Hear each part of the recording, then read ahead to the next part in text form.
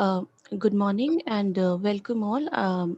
So we begin the third day of our international conference on cosmopolitan cultures and oceanic thought, and we begin the first session of the day um, with three presentations. And I welcome our chair, Dr. Anupama Mohan, who is Assistant Professor of English at Presidency University, Kolkata.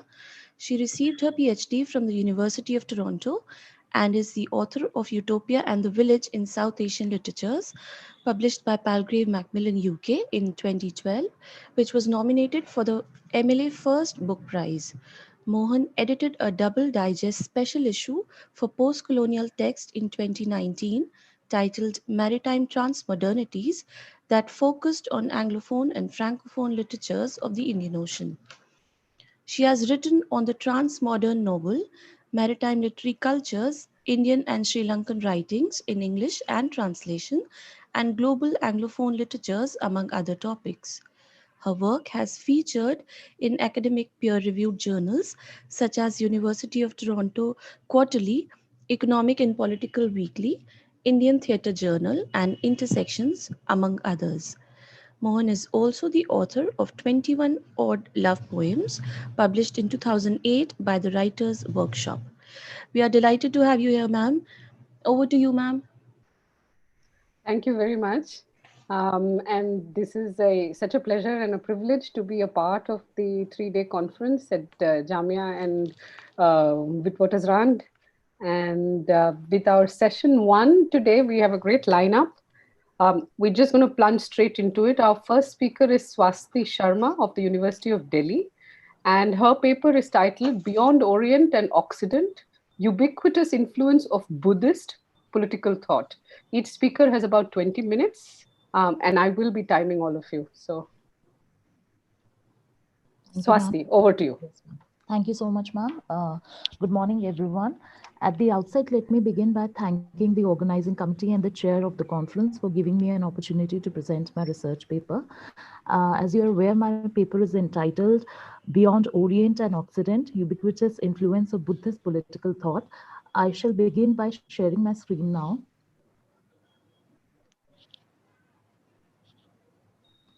Can you see the presentation? Yes. Yeah. Yes. I shall commence the slideshow. Yeah. I hope the slides are visible. Yes. Thank you. Edward Said's Orientalism, which came out in 1978, vividly established the Orient/Occident binary as an imperialist enterprise. He observed, and I quote, "There is nothing mysterious or natural about authority. It is formed, irradiated, disseminated. It is instrumental, it is persuasive, it has status, it establishes canons of taste and value. It is virtually indistinguishable from certain ideas it dignifies as true, and from traditions, perceptions, and judgments it forms, transmits, and reproduces." Unquote. According to Said, it was he was insinuating at the process of otherization and how that process came about. The aforementioned assertion emanates from the nuanced comprehension of the functioning of ideological apparatuses, towards which Althusser had already drawn the attention. These ideological apparatuses are rooted in the history of colonization and neo-imperialist enterprise. The Western political philosophy has evolved under the aegis of Niccolo Machiavelli and Thomas Hobbes, among others. Machiavelli, for example, offered advice to the rulers as to what they must do to achieve their aims and secure their power. In The Prince, he wrote, and I quote, "It is necessary for a prince to learn how not to be good and how to use his power or his knowledge and not to use it according to the necessities of the case." Unquote. So, what he essentially meant was that it is better to be feared than to be loved by the subjects. Similarly, uh, in Leviathan by Hobbes, there is a recasting of the discernment of the social contract theory. So, the social contract theory talks about a person's moral order, or political obligations which are contingent upon the agreement with the society. These political theorists have a global outreach in terms of readership. Conversely, Eastern political thought has stemmed from myriad religious discourses, among which Buddhist theorization has also traversed several boundaries.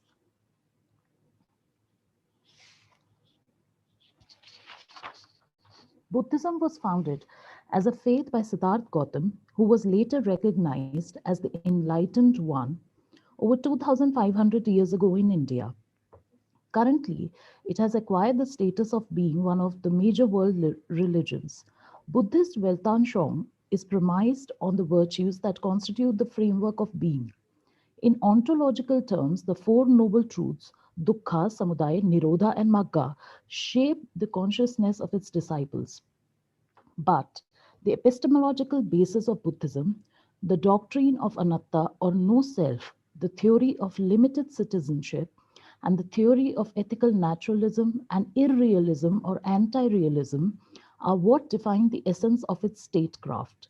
The Aganna Sutta of Digha Nikaya had a considerable range of ideas on the origin of the state, with its analog in the form of social contract theory, within which the rise of kingship is located. Pali commentator Buddha Ghosh played a major role in foregrounding the political ideas of Buddhism. The research paper will attempt to undertake a comparative study of the Machiavellian and Buddha Ghosh's statecraft. Through close textual analysis of translated texts, the paper will outline the overseas transmission and overwhelming acceptance and adaptation of Buddhist political theory.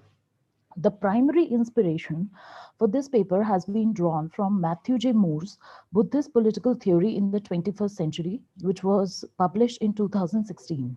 The focal point of the paper shall remain construing intertextual links to infer the predominant role of Buddhist political thought in shaping the legislation of various countries. The changing landscape of political theory and the trajectory of reader response mechanism are some of the ancillary concerns that would contour the discourse.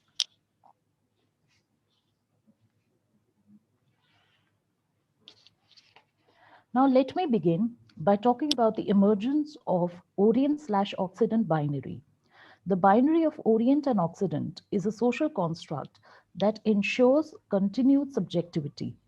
Orient is derived from the Latin word oriens, meaning east. The term is traditionally used to refer to things and ideas that originate in the Eastern world, including ethno-cultural territory of West Asia, East and Southeast Asia. As a metonym, it acts as a signifier for the entire Asian continent and its cultural fabric. However, the Oriental identity is the imposed hegemonic labeling. The Eurocentric political connotation associated, it is the Eurocentric political connotation which is associated with the imaging or the imagining of the East, which has rendered the term offensive to modern sensibility. Nevertheless, the dominant ideology, which culminated in the construction of the aforementioned binary, remains intact. While many scholars have contemplated the socio-economic interpretations of Orientalism, it is equally important to explore the long-term political ramifications of this monolithic Western representation in the wake of post-colonialism. Said observed, and I quote, Orientalism is fundamentally a political doctrine willed over the Orient because the Orient was weaker than the West, which elided Orient's difference with its weakness. Unquote. As stated before, the mental subjugation as stated before, the mental subjugation of the colonial subjects was enforced through such stereotypes. One of the primary dogmas was that the Orient was something to be either feared or controlled. This urgency to control the other, the fear of the exotic, is the basis of cultural hegemony. This reductive and biased representation has caused lacunae in the reception of Asian, especially Southeast Asian theorization by the West. For instance, in the Indian context, consider the following statement from Thomas Babington Macaulay in his Minutes on Indian Education. He said, and I quote, a single shelf of good European library was worth the whole native literature of India and Arabia. Unquote. By trivializing the ingenuity of Kalidas, the erudition of Kautilya, and the sagacity of Sushrut, the hegemonic rule was established. This systematic subalternization was not just limited to India, it was imposed on countries that were following the principles of the Buddhist Sangha.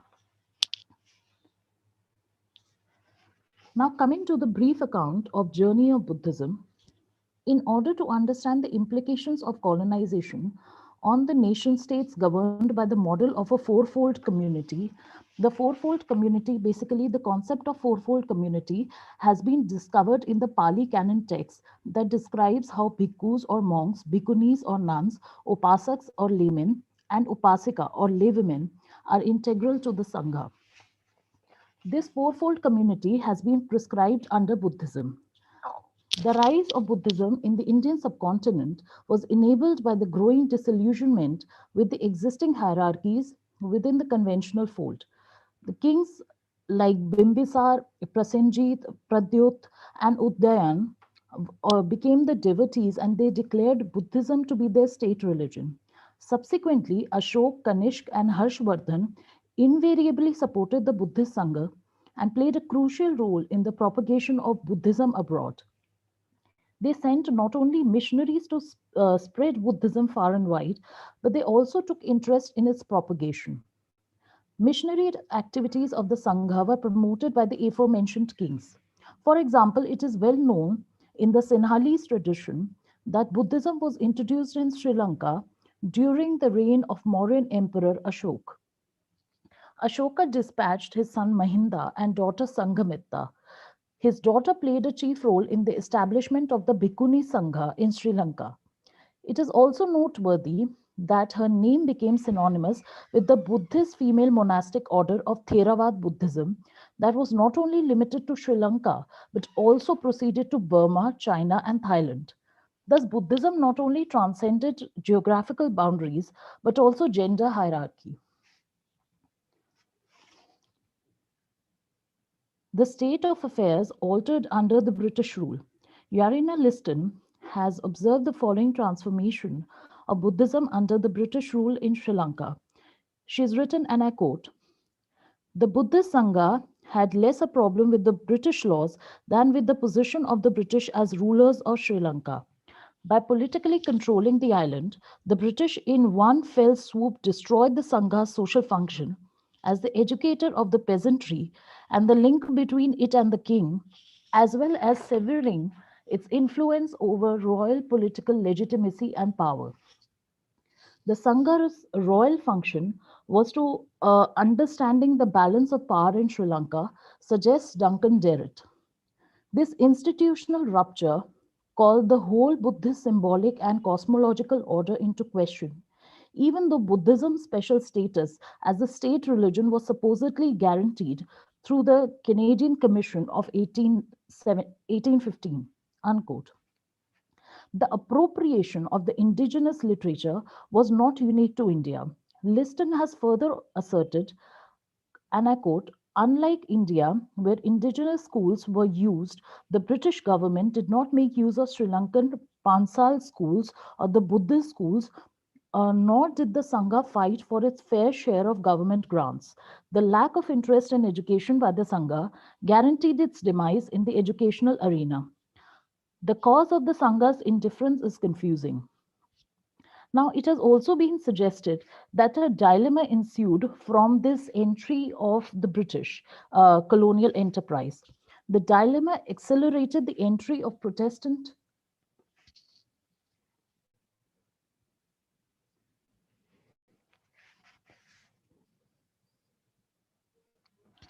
The dilemma accelerated the entry of Protestant missionary groups and Orientalist translators. Thomas W. Rice David was instrumental in the publication of Buddhist Pali texts. His first work, entitled Buddhism, 1878, strived to capture the essence of the religion and was published for the Society for Promoting Christian Knowledge. While the subject matter centered around the principles of Buddhism, the form resembled a gospel-like modern textbook. Deliberate interpolations into the authentic discourse have marked a critical juncture in the transmission of Buddhism. They have culminated in the formation of several branches within the fold: Theravada, Mahayana, and Vajrayana. Theravada Buddhism became the dominant school in Southeast Asian countries like Thailand, Burma, Cambodia, and Laos. A strong oral tradition continuing from the ancient texts, meditation, and rigid preoccupation with the Eightfold Path are requisite for enlightenment. Premium is placed on the monastic community as well. Mahayana Buddhism, on the other hand, accommodates Zen Buddhism, Tibetan Buddhism, Pure Land Buddhism, and Tantric Buddhism. It emphasizes compassion and eminence of bodhisattvas. Last but not the least, Vajrayana stream of Tantric Buddhism has also developed in India and neighboring countries, particularly Tibet. It commemorates the transition from Mahayana speculative thought to the enactment of Buddhist ideas in individual life. PVB Karuna Tilak, in his review of the decline of Buddhism in India, A Fresh Perspective, furnishes an intriguing fact, and I quote: "The decline of Buddhism in several parts of India, according to Sarao, had begun before the 5th century CE, the time of Chinese traveler Faxian's visit." Unquote. The students of history would recognize that Faxian or Sehi translated Buddhist texts into Chinese. Thus, it can be stated with some certitude that the decline of Buddhism in India was followed by the rise of Buddhism in other parts of the world. Now, coming to the ancient Buddhist political thought. The idea of power manifests in the kingship oriented structures in the Buddhist literature. While some scholars have noted the scattered references vis-a-vis political theorization, others have extracted concrete examples from Buddhist political discourse. There are innumerable general prescriptions on kingship, commentaries on contemporary kingship criticizing despotic exercise of power, and the concept of idyllic kingship has been circumscribed in the concept of Chakkavati Dhammiko Dhammaraj, which is roughly translated as the righteous universal ruler. Ghoshal had observed that Aganna Sutta openly challenged the ritualistic dogma of the divinity affiliated with hierarchization. The ownership of the Satyaratans, or the seven symbols of sovereignty, is instated in kingship. The existence of dichotomy pertaining to the idea of kingship is central to Buddhist political theory. One is the de facto power exercised by the rulers, and the other is the normative power which rests with the king. One of the foremost Buddhist texts, Tipitak, uh, encompassed numerous references to statecraft and responsibility of the king. It contained virtues eulogizing good governance, which have been described in terms of the ideal of the Chakravarti, the righteous king who abides by Dhamma. The roles and duties of such a king are discussed extensively, especially in Mahasudassana Sutta and Chakravarti Sihanad Sutta.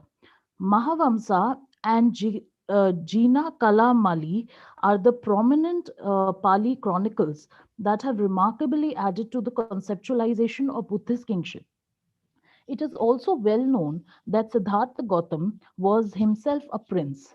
He was the Vesantara in his previous life.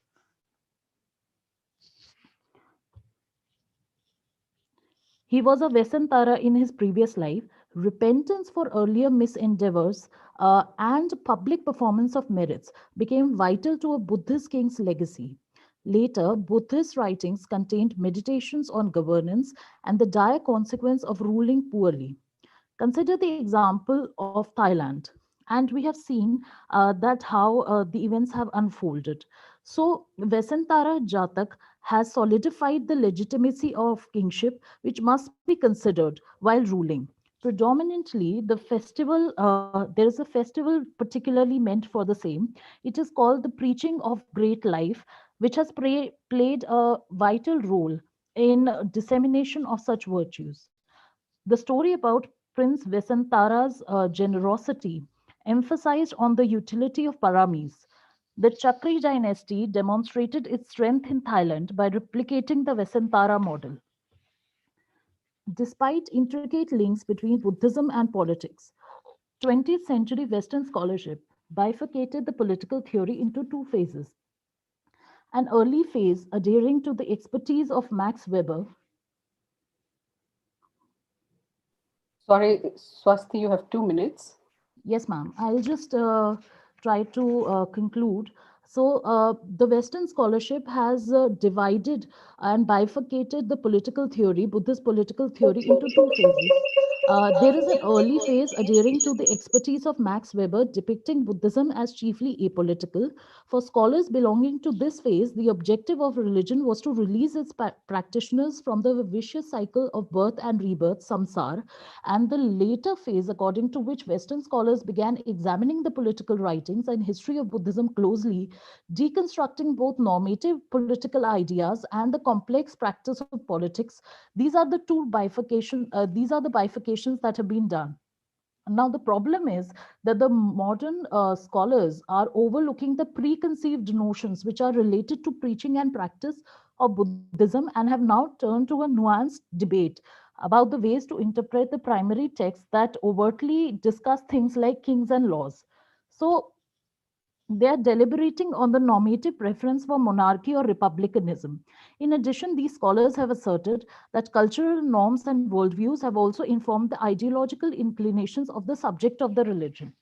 Now, the problem is that there is a divide between the old principles and the new political dispensations in various countries. Talking about ubiquitous relevance of Buddhist political discourse, now there is one can demarcate that clearly. I mean, it's identifiable rather, that there is a separation between the spiritual and the temporal powers of the king, which has been interpreted as the reference point of republic. Nevertheless, Buddhism is yet to be earnestly examined by political philosopher. It must be noted that Buddhism is not typically deemed a school of political thought, yet it concomitantly parallels and challenges numerous core presuppositions and altercations in contemporary Western philosophy. Thank you. Okay, thank you, Swasti. Thank you, And ma'am. maybe the rapporteurs could take over from here because I can already see Dilip's comment and maybe a question hidden embedded in there. But I think Dilip does make a very good point right there. So the rapporteurs can take over. Hi, Swasti. So I'll just read. Am I audible? Yes. Yes, Juby, please Yeah. go Okay. ahead. Yeah. So I'll just read Professor Dilip's comment and the underlining question that he asks. Given the time constraint, you could have dispensed with the lengthy preliminaries. The main argument, as I see it, is that of the large map of dissemination of Yes. Buddhist ideas, not only through landed empire like Mauryas, but Hmm. oceanic travel to Ceylon and Southeast Asia, Correct. as also that of the peripatetic missionaries like Fahin et al. In the 20th century, and with the rediscovery of Buddhism in the 19th century as a counterpoint to hierarchical Hinduism, Allen et al., this tradition of peripatism travel is rediscovered. Kemper's work on Anagarika Dharampala shows how religious mission transcended ideas of the nation. Perhaps you could address how your paper addresses questions of travel, mobility, the ocean, and the for Buddhist cosmopolis in Asia. Looking forward to the connections that you make. As of now, it is too internal in a textual history of Buddhism. Thank you. I shall And I just think add the that question, uh, can I just add that the second question within the context of Oceanic Cosmopolitan. So Swasti, can you address the two together? Because Dilip's question ties up very well with yes, what is ma'am. exactly Oceanic about, this history of traveling idea. Yes, ma'am. Actually, the creation of the Buddhist cosmopolis, the generation rather that Sir has referred to of a Buddhist cosmopolis, is something that I was referring to, but because of the time constraint, I couldn't read out my entire paper. The point that I was trying to make was that because of the process of colonization and subsequent ghettoization of the indigenous discourse, what has happened is that the heterogeneity, because Buddhist order is not a homogeneous entity, it is supposed to to be a heterogeneous, it is supposed to be considered in terms of heterogeneous identities. And what has happened is that there is a solidification of kingship, which has happened. Earlier, it was flexible. So post-colonization, even in Sri Lanka and otherwise, we have seen the example of Thailand, for example. So there is a certain urgency for the solidification of kingship, which is exactly not what is prescribed. The idea of Dhammiko Dhammaraj emanates from the fact that the kingship has to be flexible towards the subjects. So therefore, it is something which needs to be reconsidered and relocated. The idea of kingship needs to be relocated, because most of the ideas that we have gathered are either from the translations that have happened, and translations which have been interpolated also. So therefore, it's not even an authentic discourse. So therefore, revisiting the original authentic text and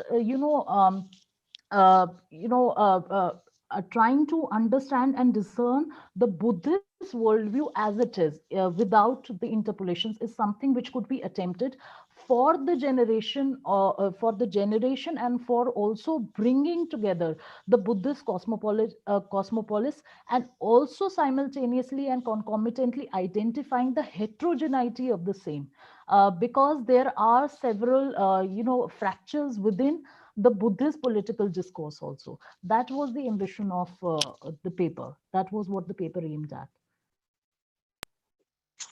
Right. Right.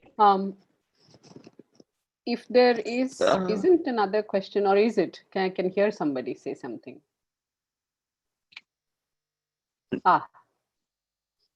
Right. So the lecture continues. Perhaps locate the text in a larger universe of Sri Lanka, Burma, Southeast Asia, and Japan, as Ronit Ricky does for Arabic texts in her book on the Arab cosmopolis.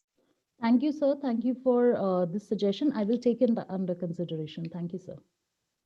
I would also say that the story of Buddhist cosmopolis, as you were saying, is also tied greatly to, particularly in Sri Lanka, to the rise of a kind of strident nationalism there, right? So it is not that, in fact, Buddhism's statecraft has gone has been used in very instrumentalized ways. And so that aspect of its, utilitarian conversion to a political philosophy is also germane. Cosmopolitanism is itself doesn't occur in a vacuum, nor is it always entirely a process that has only positive ramifications, even though in its conceptual way, this is the turn that we often take. So if Sri Lanka is the model for thinking of these things, in Sri Lanka too, it is a particular kind of Buddhism that has buttressed it's very strongly nationalist, very strongly theocratic and majoritarianist version of democracy. Yes, ma'am, absolutely. Especially in case of the Sinhalese majority, the way they practice Buddhism is also because Buddhism also tends to exist in forms of various sects, and therefore these particular, smaller sects of Buddhism, they also need to be identified. They also need to, they also have to be heard, and perhaps that is something which should be, reconsidered. And obviously, the idea of strident nationalism is which has to be featured in, while reconsidering how the Buddhist political discourse ought to be, and it has to be inclusive rather than creating binaries. It needs to be more inclusive in that particular sense. Hi, Swasti. Is that Juby? Ma'am, go on. No, Ma'am, no, go no. on. Go ahead. If you have a question, I don't have a question. Right. Okay. So, Swasti, like when you say that that Buddhist political thought wanted to go beyond what is Occident and Orient, right? But when we think about Buddhist political thought, and as you have expressed all throughout, there are still that this notion has again gone into binaries. That the heterogeneity that you think the political thought needs to have expressed has not really happened. So do you hope that that we can at the end of the day move beyond the binaries and go to a space where heterogeneity might be exemplified? Swasti, I you have can give 1 minute to answer that question. yeah, ma'am, I'll just take a minute only. I'll give you an Indian analog, for example. So most of our understanding of our own classical text is emanating from the translations which have been carried out by the Orientalist translators like William Jones, and their aim to translate those texts, which we now study and has become a part of the curriculum, is something that was through a British gaze. So therefore now what and similar things have and similar process of otherization and ghettoization has also happened in terms of Buddhism also, in case of Buddhism also, and not just in Southeast Asia but in other parts of the world. So there needs to be a counter narrative, and this counter narrative needs to be constructed by the subaltern, the marginal and the subaltern, right? Those smaller Buddhist sects who have not been represented yet, their practices need to be included into the mainstream. So that is how the heterogeneity can be ensured. Okay. That is Thank the you, idea. Swasti. Thank you, ma'am. Um, Thank you so much. Thank you for the Thank you opportunity. for all the questions, and we must move on to our next speaker, who is our next two speakers, Chrisalice Ela Joseph and Vinod Balakrishnan, whose paper is titled "Through the Eyes of the Boat People: Redefining Oceans in the 21st Century." Hello, good morning. Am I audible? Yes, you're audible. Yes. And is my screen visible? Yes. Yes. Okay.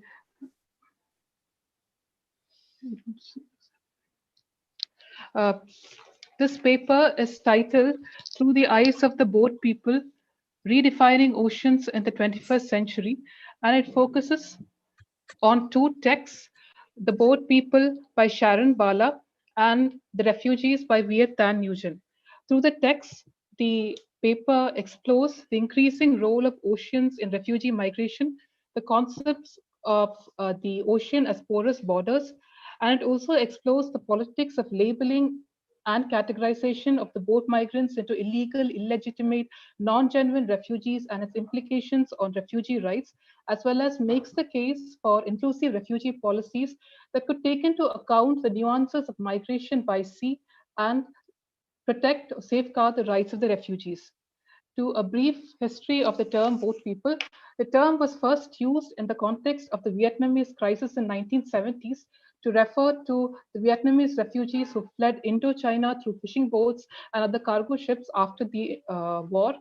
It was also later used in later waves of refugees, including the Cubans and the Haitians in the 1980s, the Albanians in the 1990s, and it gained prominence predominantly in the 2015 Mediterranean crisis and more recently in the Rohingya crisis. Though this term was initially used to refer to the mode of arrival, it soon acquired pejoration and was used to discriminate between the boat people who were termed as illegal, illegitimate, and opportunists who were wealthy enough to buy their way through illegal means, as opposed to offshore refugees who were considered genuine. To a brief summary of the two texts, The Boat People by Sharon Bala is a fictional account of the historical incident of the Canadian response to the MV Sunstar, which was a cargo ship that ferried nearly 500 Tamil migrants from who were fleeing Sri Lanka after the civil war. It narrates the plight of the Tamil refugees both on the sea as well as their reception in the place of asylum.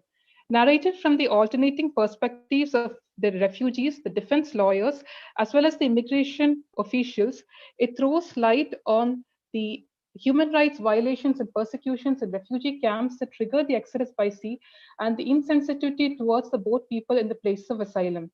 The Refugees, a second text, The Refugees by Viet Tan Nguyen, is a short story collection that throws light on the memories and the trauma of the Vietnamese boat people in the places of asylum. It recounts the fear and experiences on the open sea, as well as the dangers they face from smugglers, traffickers, and pirates. Both texts throw light on the concerns of the boat refugees. It throws light on the politics of labeling the stereotype imagery that surrounds both people in the public discourse as well as mainstream media. In the novel, the Tamil refugees are described as illegal, illegitimate, queue jumpers, terrorists, and non-genuine asylum seekers who sought to exploit the generosity of the Canadians and carry out terrorist activities from Canadian soil. They are described as, I quote, losers in an overseas war who have fled to Canada to lick their wounds and regroup. The texts highlight how the stereotyping of these boat refugees is illegal made it possible to deny them the rights guaranteed by the 1951 Refugee Convention and allowed states to prosecute them on grounds of trespassing and a threat to sovereignty. As Doherty and Licotte would put it, the term arrival as opposed to refugee or asylum seeker is neutral, signifies the end of a journey, which separates the intention of the journey from the historical political factors that trigger it. The perspectives of the Tamil refugees, Mahindan and the others, would reveal the desperation, frustration, and exclusion, and the non availability of legal channels that forced them to sell all they had to procure what they considered a safe passage to Canada. Hema's testimony at the detention hearing describes the pitiable conditions of the government run refugee camp in Sri Lanka that looked fine on paper, but I quote, in reality, people went missing and girls were abused by the guards. She relives the trauma of having to watch her daughters being raped and describes how she fled. She risked her life on the open sea, fearing the safety of her daughters. The detention hearings of the refugees also reveals the rigid nature of the refugee status determination process. For example, a refugee was driven to suicide after being threatened with deportation and being accused of being a terrorist based on circumstantial evidence. He was accused based on an identity card that Mahindan had found in the pocket of a man who had died at a hospital in Sri Lanka along with some money. The sole reason was that he had a limb similar to that of the card's owner. This threat of deportation reveals non-compliance with the non-refoulement policy that is promised by Article 33 of the Refugee Convention and the lack of accountability.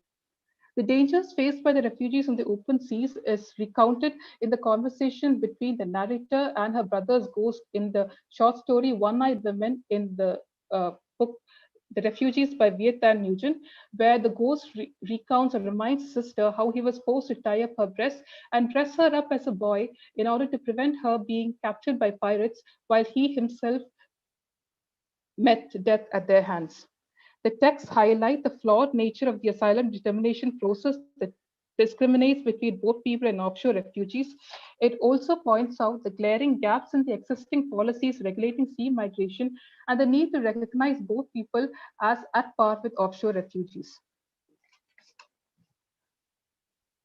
Though both people have been from time to time been declared as refugees of direct concern, they are still discriminated. And the challenge is to bring them under the ambit of the refugee conventions and enact legislations that would treat them at par with the offshore refugees. Migration by sea is regulated mainly by the International Refugee Law, which comprises the 1951 Refugee Convention and the 1962 Convention on the Status of Refugees, as well as the International Maritime Law comprising the United Nations Convention on the Law of the Sea, the International Convention of Safety of Life at Sea, and the International Convention of Search and Rescue at Sea. Though these laws do place obligations on states with respect to search and rescue of refugees, these are not obligatory. These are obligatory but not compulsory. They also provide no clarity with respect to the repatriation and rehabilitation, nor hold the states accountable for non-compliance.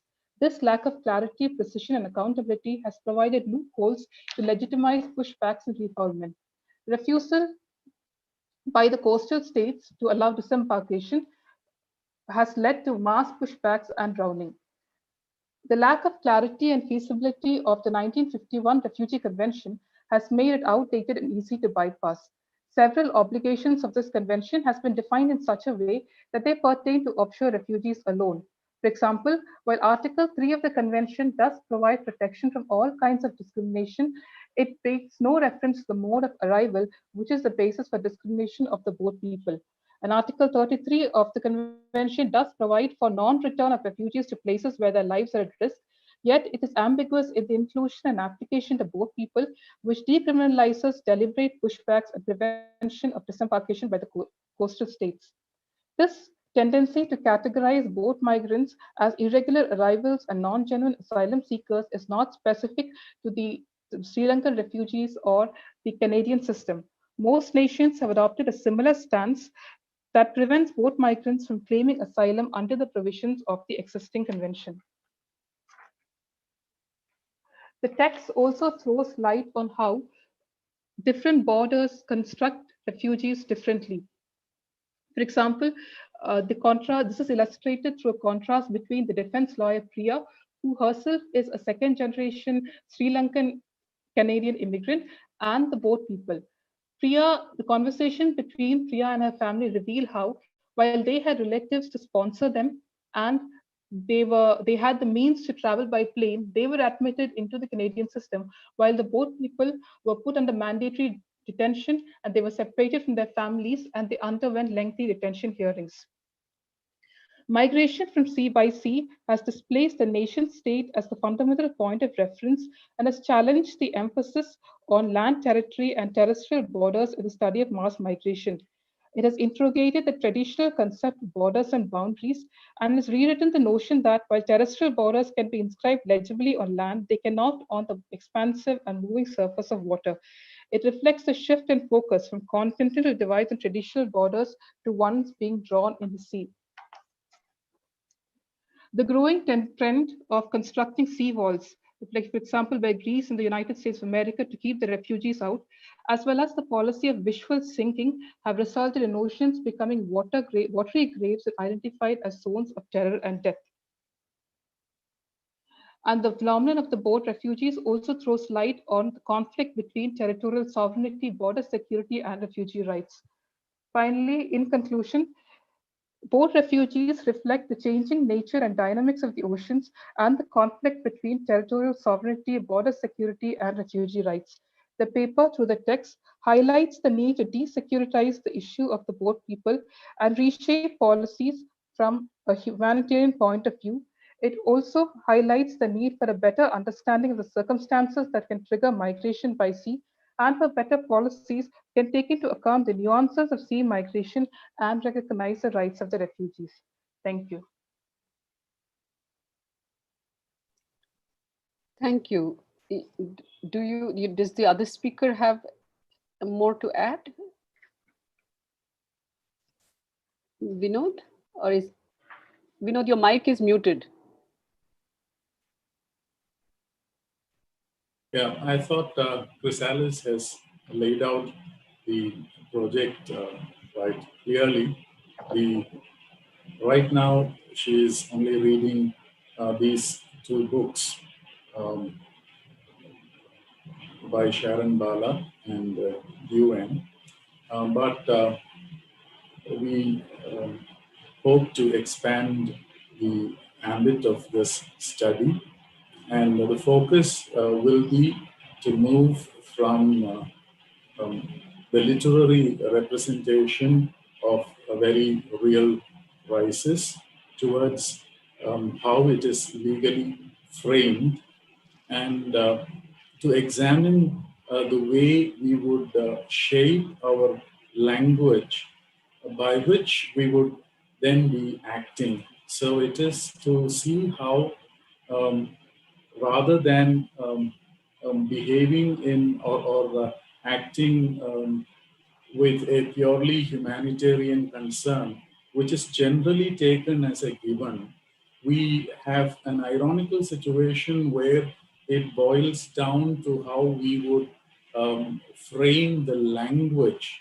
which would then justify our actions. So it is not as if we would act in the spirit of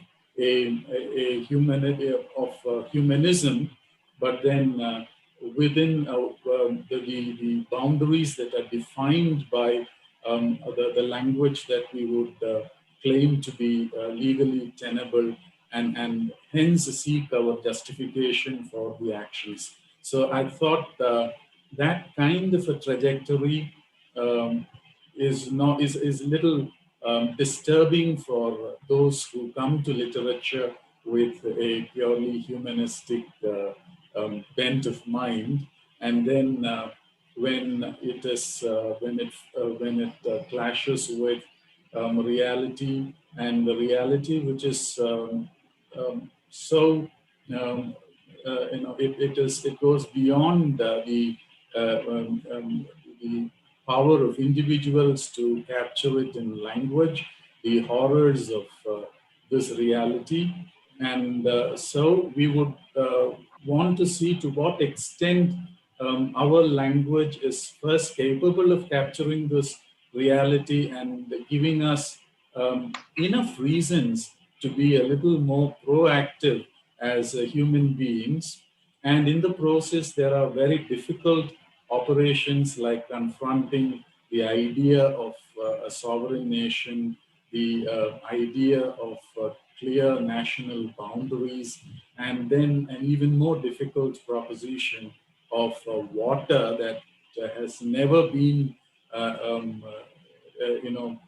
dependable as a border to really be treated as um, um, legally accepted border. So I thought at one level it is refugee studies, the boat people, but at a deeper level it is literature's, um, um, uh, you know, um, concern with language and how the way we shape our language, we are also establishing the boundaries that will define the limits of our action. So that is the premise, and that is what I would like to add by way of a supplement to Chrisalice's paper. Thank you, Vinod, for that. And we already have a comment and question from Dilip. So I'd request the rapporteur to take over, please.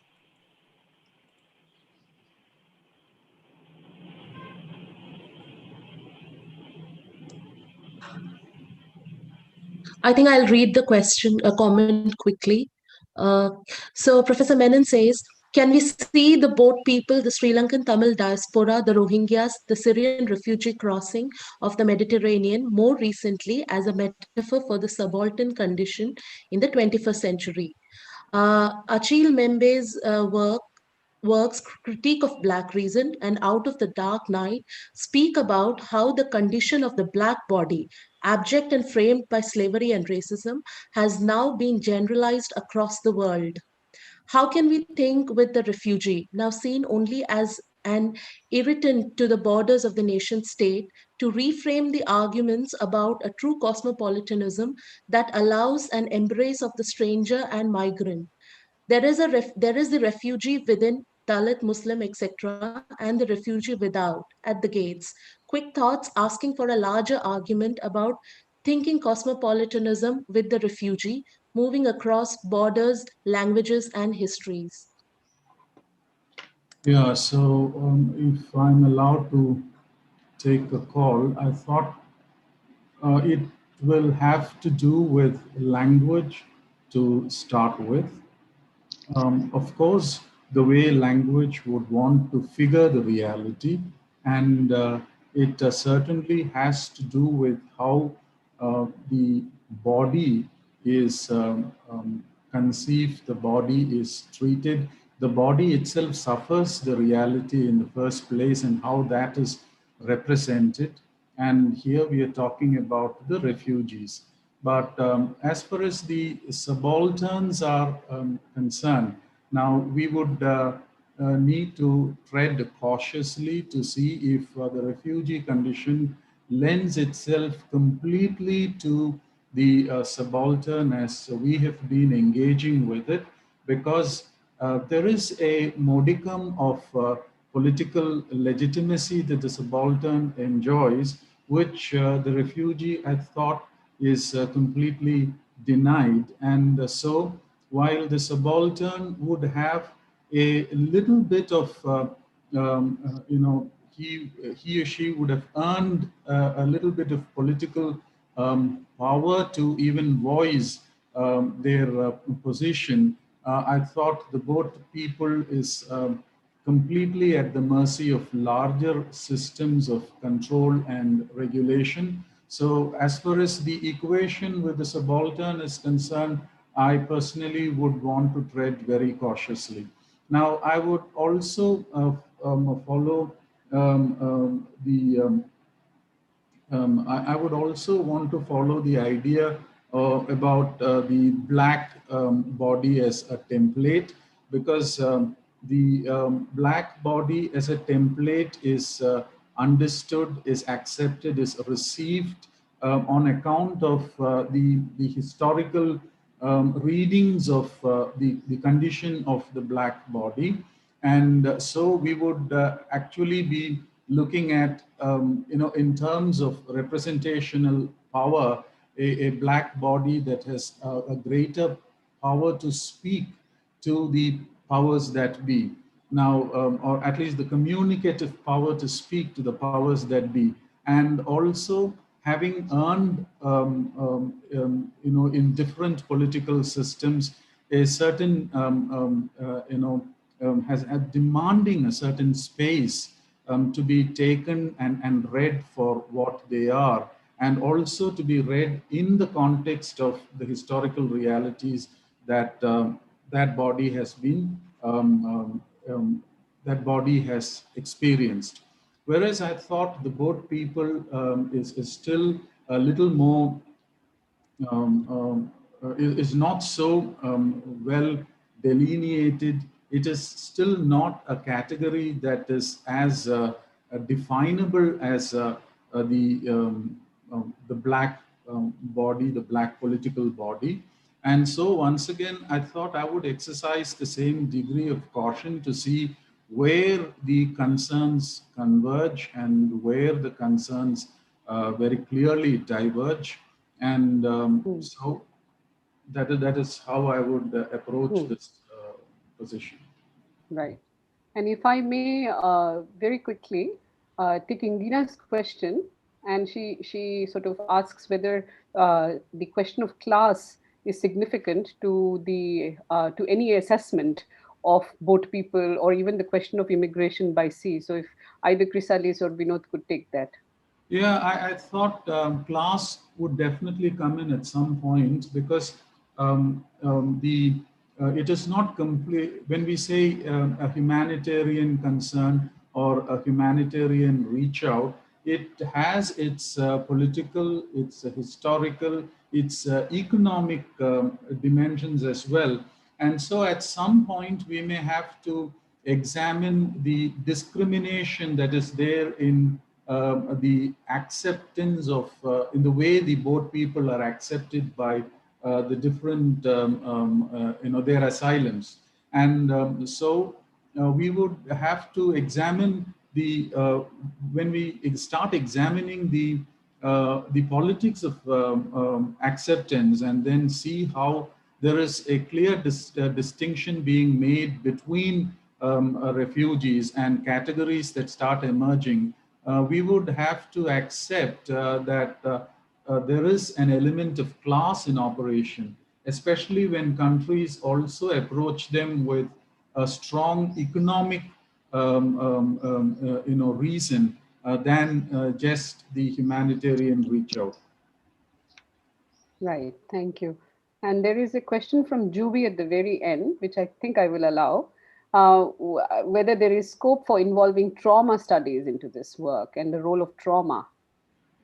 See, that's opening a whole new field. Maybe once the whole problem here for a project like this would be definition as such, and in very clear terms, see if it is possible to have the right words with which we would be able to structure the condition of the boat people.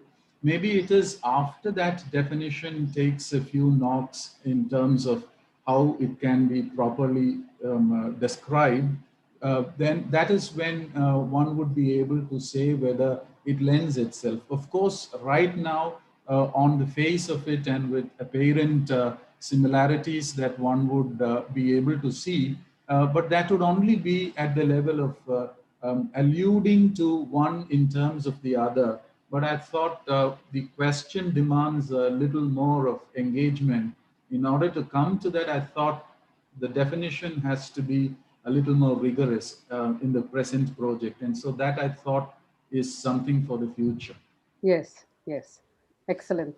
Thank you so much, both of you, for sticking to the time limit and maybe giving us a little bit of wiggle room by giving us 2 minutes extra, which Oh, okay. we will use towards our final rush. So thank you very much, and we move on to the last presentation of the session, which is P. Rajitha Venugopal from Jamia Millia Islamia, and her paper is called Identity, Belonging, and Cosmopolitanism, reading Barbara Kingsolver's The Lacuna and Romesh Gunasekara's Reef. So, Rajitha? Yes. Thank you, Dr. Anupama Mohan.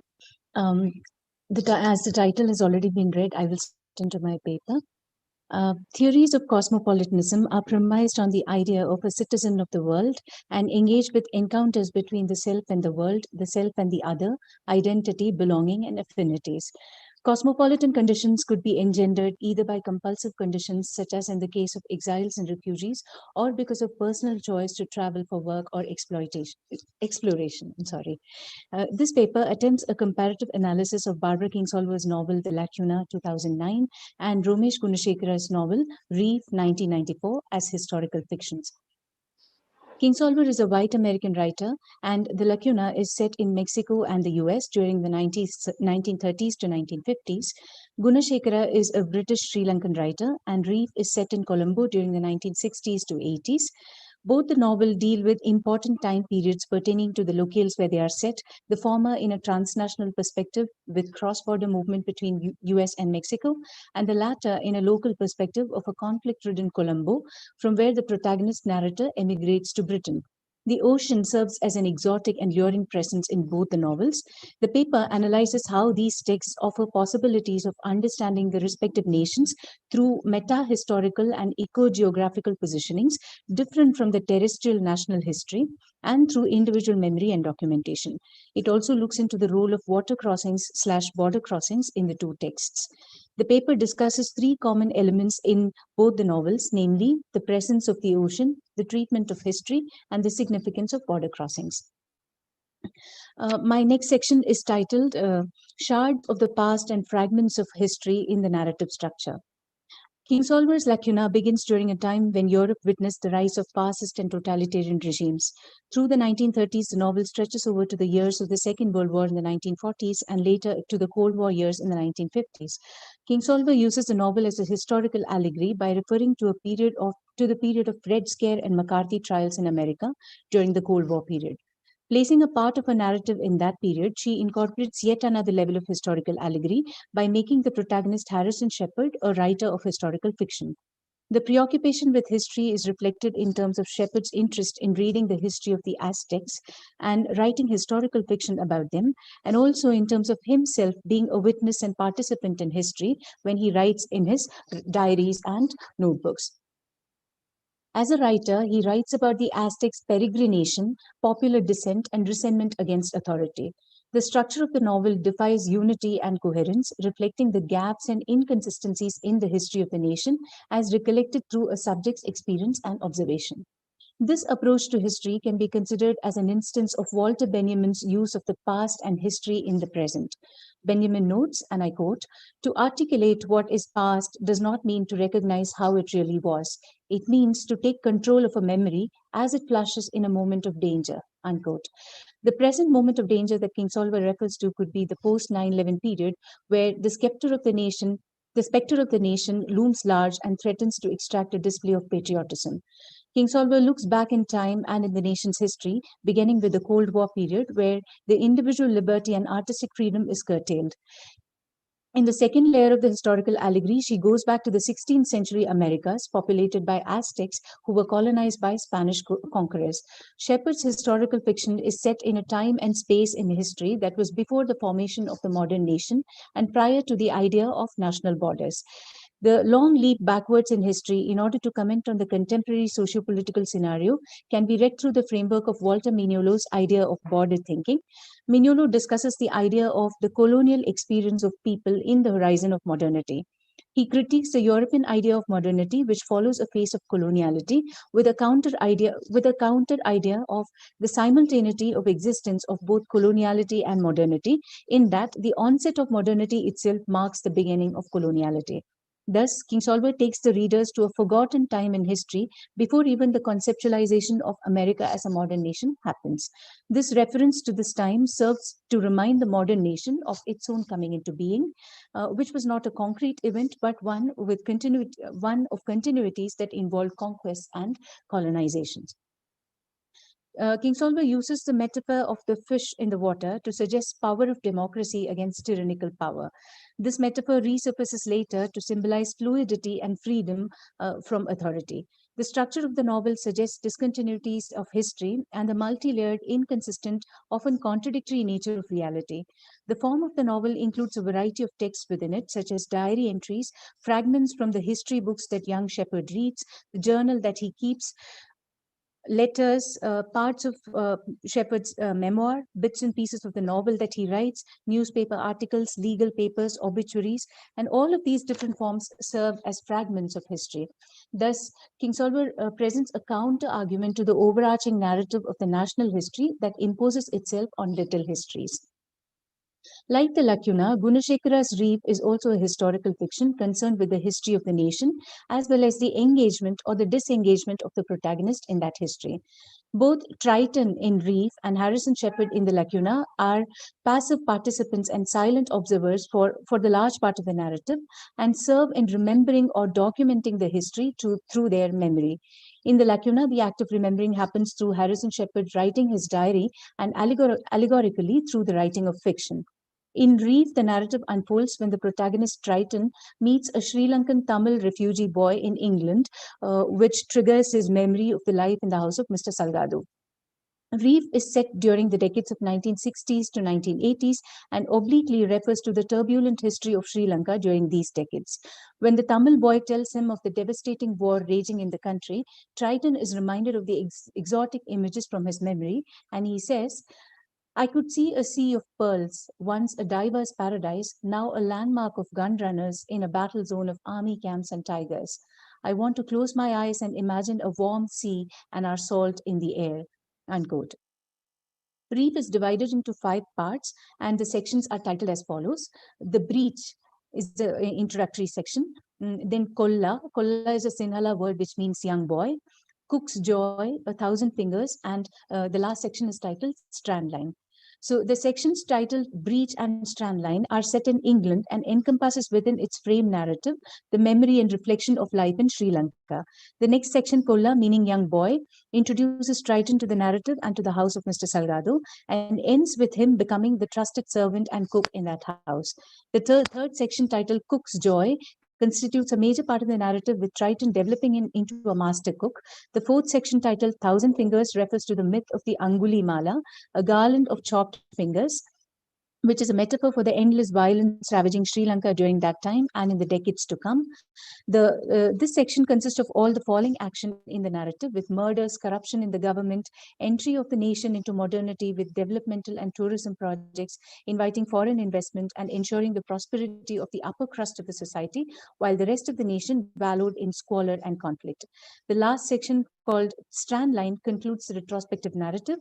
And as the section name suggests, the narrative almost feels like watching the waves receding, leaving behind a debris of many damaged lives, of which Triton emerges as a survivor. The next section is titled Ocean as an Eternal Witness to History in Reef. While the treatment of history and politics is more explicitly dealt with in the Lacuna, in Reef, the socio-political situation of Sri Lanka serves as a bare backdrop to the novel's events. Since the narrative is told through the memory of Triton, who was a cook and domestic help, the central theme of his narrative constitutes his domestic work. The political turmoil and history of Sri Lanka is underplayed in the narrative by foregrounding the domestic space and the ocean. The ocean is a vibrant presence reverberating with multiple metaphors in Reef. Compared to the ocean in the Gulf of Mexico and the two nations, US and Mexico, in the Lacuna, in Reef, we see a tiny island nation surrounded by the Indian Ocean and torn by decades of ethnic conflicts. The title refers to the disintegrating reef in the Indian Ocean, which is a subject of study by Mr. Salgado, who is a marine biologist. Salgado is a representative of an elite cosmopolitan individual living in colonial glory. Occasionally, he becomes a lover of poetry and philosophy and contemplates the ocean in terms of history, prehistory, and eternal time. He says, and I quote, "The secret is in motion," unquote. Triton considers Mr. Salgado as somebody who has traveled the world, and therefore, for him, everything was motion and not static. In excited moments, he would indulge in philosophical musings on, I quote, "the thermodynamics of the ocean in the age of Aquarius and the story of an ark 100,000 years ago, made of words and floating on a sea of sound," unquote. While talking about the thermodynamics of ocean and the ethereal quality of waters, he also refers to the arbitrariness of national history, which are only, within quotes, tiny vibrations on the timelessness of ocean. He says, "You see the ripples, history is written like that," unquote. Gunasekara refers to the geological history of the earth alongside the national history of Sri Lanka through the words of Mr. Salgado, thereby invoking notions of a prehistory of nations and mankind. From a futuristic perspective, he also hints at the potential dangers of the rising ocean and the low-lying islands when myths like the Noah's Ark will not come to the rescue. In the geological history's timeline, Gunasekara reminds of the changes such as disintegration of Pangaea and the drifting apart of continents. As Salgado explains, and I quote, "You could say Africa, the whole of the rest of the world was part of us. It was all one place. It was all once one place, Gondwana land, the great landmass in the age of innocence. But then the earth was corrupted and the sea flooded in. The land was divided. Bits broke and drifted away, and we were left with the spoiled paradise of yakhas, demons, and the history of mankind spoken on stone. That is why we in this country, despite the monsoon, love water. It is a symbol of regeneration, reflecting the time when all evil, all the dissonance of birth was swept away in divine rain, leaving the gods to spawn a new world. That was the real flood. Noah's is just an echo." Unquote. Moving on from geological history, Mr. Salgado delves into the history of imperialism, which brought Europeans to Sri Lanka. Triton recollects that as Mr. Salgado became eloquent on the expansive existence of oceans across time and space and encompassing all of history, those words, I quote, "conjured up adventures from India, north and south, the Portuguese, Dutch, and the British, each with their flotillas of disturbed hope and manic wanderlust. They had come full of the promise of cinnamon, pepper, clove, and found a refuge in the jungle of demons and vast, quiet waters," unquote. Commenting on the religious histories and related chauvinisms, Gunasekara presupposes Sri Lanka as a Garden of Eden, within quotes, existing outside history, a tabula rasa into which any history and chauvinist narrative could be inscribed to by people of different ideologies. Mr. Salgado says, "It panders to anyone's chauvinism, Sinhala, Tamil, Aboriginal, choose a religion, pick your fantasy, history is flexible," unquote. Through these instances of invoking the geological history, then imperial history, and then the arbitrariness of hegemonic national, cultural, or ethnic histories, Gunasekara deconstructs any notion of a fixed, unified, and coherent history of the nation. While Kingsolver deconstructs the idea of the nation by invoking the meta-historical memory of pre-modern times, Gunasekara deconstructs national history by placing it within the larger idea of geological time. It is important to note that this reflection happens from a diasporic space outside the nation, outside the space of the nation. Mr. Salgado thinks that he could measure the behavior of the ocean from the behavior of a wave. He says, "You need only a tiny bit of information to build the whole picture. The most important bit of information is in the movement, the motion of a wave," unquote. Mr. Salgado seeks to understand and study the ocean in a scientific and rational means without applying his philosophical understanding. However, Triton begins to doubt the possibility of knowing and measuring the ocean behavior when he visits his master's beach observatory. He notes that, I quote, "Every time I looked out of my window, it took my breath away. The color of it, the roar of it was overwhelming. It was like living inside a conch, the endless pounding, numinous. You couldn't get away from it. No wonder Mr. Salgado said that the sea would be the end of us all. I felt the sea getting closer, each wave just a grain of sand getting closer to washing the life out of us. It made me feel helpless. After a while, it terrified me," unquote. The name Triton in Greek mythology refers to the son of the sea god and goddess, Poseidon and Amphitrite, who lived in the depths of the ocean. The Greek god Triton is part man and part fish, a merman. He also possesses a conch a conch shell which he blows to control the movement of the waves. He's also often referred to as the herald of the sea or the messenger of the sea god. The awe and the terror felt by Triton, the protagonist, and his misgivings about Mr. Salgado's scientific equipment and experiments with the positivist notion of being able to gauge the ocean behavior resonates with the mythical Triton being the herald of the sea. The terror he feels is of imminent danger regarding the vulnerable state of the ecosystem and the perils to the land if the sea were to conquer the land. Later, in many instances, he invokes the image of the ripples on the sea, the ocean pressing around us, and so on, to indicate the falling action in the narrative, particularly with reference to the political situation in Sri Lanka. My next section is titled The Gulf and the Ocean Beyond the Nation in the Lacuna. The ocean in the Gulf of Mexico figures as an important space from the beginning to the end of the novel in the Lacuna. Shepard is fascinated by the ocean as he discovers the secret cave that appears during low tide. The ocean and the relationship Shepard shares with the ocean can be understood in in at least three terms. One is the ocean serves as a space of freedom and security. Shepard's otherwise quiet, insecure, vulnerable self is daring and adventurous to dive into the cave where death could be a certainty. This has perhaps to do with his hyphenated identity, both in terms of blood as well as in terms of socialization, where he has always felt to be lacking or marginalized as the other. The many discontinuities of his identities in terms of race, ethnicity, sexuality, and nationality make him feel a lack of belonging, that he feels more comfortable and at home in the ocean. He even feels that he should have been like the fish in the ocean. This is rather ironic because usually a terrestrial space is considered to be safer when compared to the ocean. The next point is ocean as a space of reflection and resistance. So in times of crisis, Shepard thinks of the cave as a space for reflection, which is beyond the terrestrial borders of both the nations. The cave inside the under the ocean. So in this instance, it is important to relate to the final instance of his retreat to Mexico or his exile from US at the peak of the McCarthy trials. He dives into the cave, the womb-like space in the ocean, where he seeks to find freedom and security. This is his resistance against the domineering sovereignty and surveillance of the nation. The third point is the ocean as a space of spiritual refuge. The retreat into the cave in the ocean and therefore into the fluid space of the waters can be seen as a spiritual refuge beyond the bounds of all material pursuance in terrestrial space that is regulated, monitored, and governed by the state.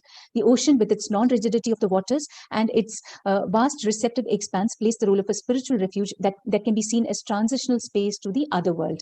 And this can be related to the indigenous concept of Zantolo, that Kingsolver refers to in her other works. It also roughly corresponds to the idea of life after death or the idea of death leading to regeneration. Moving on, in the next section, I look at the significance of water crossing and border crossing in the two novels. The water crossing in Reef is a way to the future and also reminiscent of histories of travel and human survival. Diaspora is not only a post-colonial concept, but has existed in all times since humans traveled through waters. Isabel Hofmeyr talks about cross-cutting diasporas. While she talks about the histories and the past, the concept may also be applied to understand the diasporas that are still in the making through water crossings, legal and illegal, as there are many refugee groups that are fleeing conflict and persecution to safety and the hope of better lives. Transnational migration. Rajitha. Yeah. Okay. So, Paul Gilroy in Black Atlantic discusses the experience of exile with respect to certain writers like Richard Wright and W.E.B. Du Bois. He says that whether the experience of exile is because of whether it's chosen or enforced, they seek to articulate a desire to escape the restrictive bonds of ethnicity, national identification, and sometimes even race itself. And he moves on to say about the rebirth that this border crossing offers them. So thus, both in Reef and the Lacuna, thinking through the ocean about history and the nation gives alternate perspectives to the protagonist about the nation. Triton is future-oriented and embraces his new identity in England, never longing for or returning to the homeland. Harry Harrison Shepherd finds refuge in the depths of the ocean away from the hunting of the nation. In that sense, both these characters show elements of post-nationalism, which has been made possible only by their water crossings and border crossings. Their engagement with history and memory serve to resist and counter the official memory of the nation. Thank you. Excellent. Thank you so much for sticking to the time and allowing me to be a little more relieved than is usual in these sessions. So we are open for questions. Rajitha actually did a really comprehensive job of seeing the ocean everywhere. I wonder if there is any land left in these two novels. But that was a really comprehensive overview, and for particularly people who have not read the novels, these are two excellent examples of works that problematize any easy sort of sheltering within the oceanic itself as a concept. It problematizes that. So we have our first comment question from Dilip. So Rapporteur, would you quickly do this while Rajitha go ahead and read it also in your own mind? Sure, ma'am. So Professor Dilip Menon says, excellent paper. Both novels deal with the disaffection with the idea of the nation and are reaching beyond in time the Aztecs and in space, the ocean. What does the ocean do as a metaphor to imaginations of nationalism or of a larger ideological formulation such as the Cold War, which sought to remake the world? Connects with the first paper through Buddhism, which advocates peace but produces congealed histories of violence in Sri Lanka that propel refugees across the ocean, which leads us to the second paper and the generation of space besides nations and their borders, and a polyglot world of Sri Lankan Tamils speaking Italian in Capri and English in Toronto, and Cortez as much as the Cold War and the American presence in Central American propel Mexicans outwards into a multilingual cosmopolitanism. Interesting that the idea of living like fish in the ocean is used by Mao as a metaphor for guerrilla warfare. So the ocean as a guerrilla space. Quick thought. Thank you, Professor Menon. That is a whole lot of ideas to think about. And I did not know about this thing that Mao has thought of this similar metaphor refer to the guerrilla warfare, which makes the reference, which makes the thinking of the ocean space in Lacuna even more revolutionary, which I had not thought of. And your question about the connection between ocean and Cold War, that is again something that I have not really wondered. But regarding the Cold War, I mean, to compare the idea of revolution in Lacuna and the Reef, I was wondering that there's a different way of treatment of revolution in both the novels. There is no direct treatment that way. In fact, Trotsky arrives to Mexico, and Harrison Shepherd engages with Trotsky, and there is some kind of treatment with Marxist ideologies, and there's a criticism of fascist nation, whether it is the US or the USSR. So that is what I think Kingsolver tries to place the space of Mexico itself. I mean, I did not think in terms of the ocean, but then Mexico itself serves as a third world space, as a global South space, retrospectively speaking, from where Kingsolver is looking at the idea of the global powers of US and USSR, and she's critiquing the idea of surveillance and fascist tendencies in both the power structures. Thank you, Rajitha. Do we have any more questions? If not, it's kind of, I might insert a very quick thought. And I don't know if you were there yesterday, but Beima's paper was about a kind of South-South alliance. Yes. And when your kind of work brings together these writers from disparate spaces, and the question we know, as he said, about language is always significant. I wondered if you could say something about the language of the novel. One of the things that I think ocean studies contributes to the humanities is a whole lexicon, a whole new vocabulary, to think about who we are. This kind of self-consciousness is important because we often forget that many of our metaphors tend to be terrestrial, very land-centric, legitimated by land, but also made florid, colorful, ornamental, and beautiful by land. So, the ocean brings us a whole range of words, word ideas, word connotations that maybe as as non-fisher folk, non-boat people, we would not have had access to. And of course, in literature, it is this kind of language that becomes cross-pollinating, inter-animating. So I wondered if you could say something about the language in both the novels. Well, in terms of language, yes, you said that our usual lexicon, which is very landed and terrestrial, has made language very florid and beautiful. In fact, I would say that especially in Reef, Gunasekara's language is made more beautiful when he talks about the oceanic metaphors and about the waves and about the presence of the ocean itself makes the language very beautiful. The narrative is very beautifully written.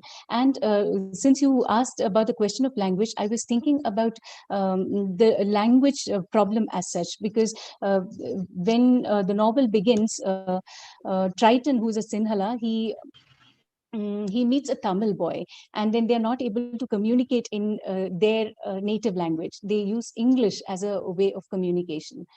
And that is the only instance of a Tamil presence, the presence of a Tamil Sri Lankan in that entire novel. So there's some kind of a silencing of that aspect, the silencing of the other that is happening. Similarly, in Lacuna also, there's a lot of Spanish words that is used, especially to show when Kingsolver is referring to the space in history, which was before the formation of the nation, and that space, there's no national border at that time, so it's a open, vast space which was inhabited by the Aztecs and the indigenous people. So there's a lot of vocabulary from Spanish that is used, but again, in the entire novel, there's no presence of any indigenous character. It is only the same, the same characters, Harrison Shepherd and Frida Kahlo, and it's just them that is using indigenous metaphors, indigenous cultures, but then the other is silenced in Lacuna as well. Right. Thank you. Um, I also did mean that, the ocean as more than just a repository of metaphors, but, resac, estuary, these actually giving us, our word ideas, space ideas in which to re-inhabit, and therefore to rethink how, in fact, landed we are, how terrestrial we are, and, how our notion of aesthetic beauty is so shaped by our reliance upon land. Yeah. And one earthquake and all of that would just go wonky. But thank you very much. If we don't have more questions or comments, but I will open the floor once more for any oral comments.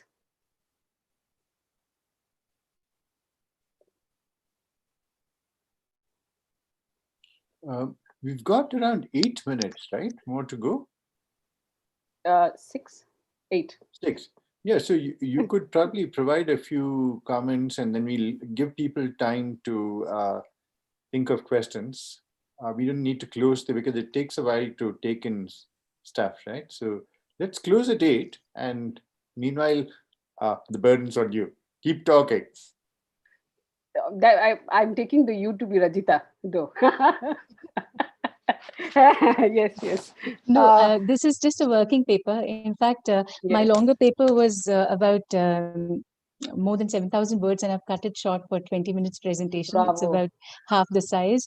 But Reef is a very short novel, but then it is a very potential novel. There's a lot to discuss in Reef. So, I'm new to this area. So this is the first time that I'm engaging with ocean studies and Sri Lankan fiction. I would want to read more and engage more in this area. So I would welcome comments and ideas to expand on my paper. Excellent. We do have one more question, which says, would literature, religion, and cultural forms of communities living in coastal regions depending on the ocean for livelihood be more immersed in imagery drawn from the ocean? If yes, then how would we pit the oceanic flow with terrestrial imaginations? And I think that kind of a question is for the entire conference itself, really.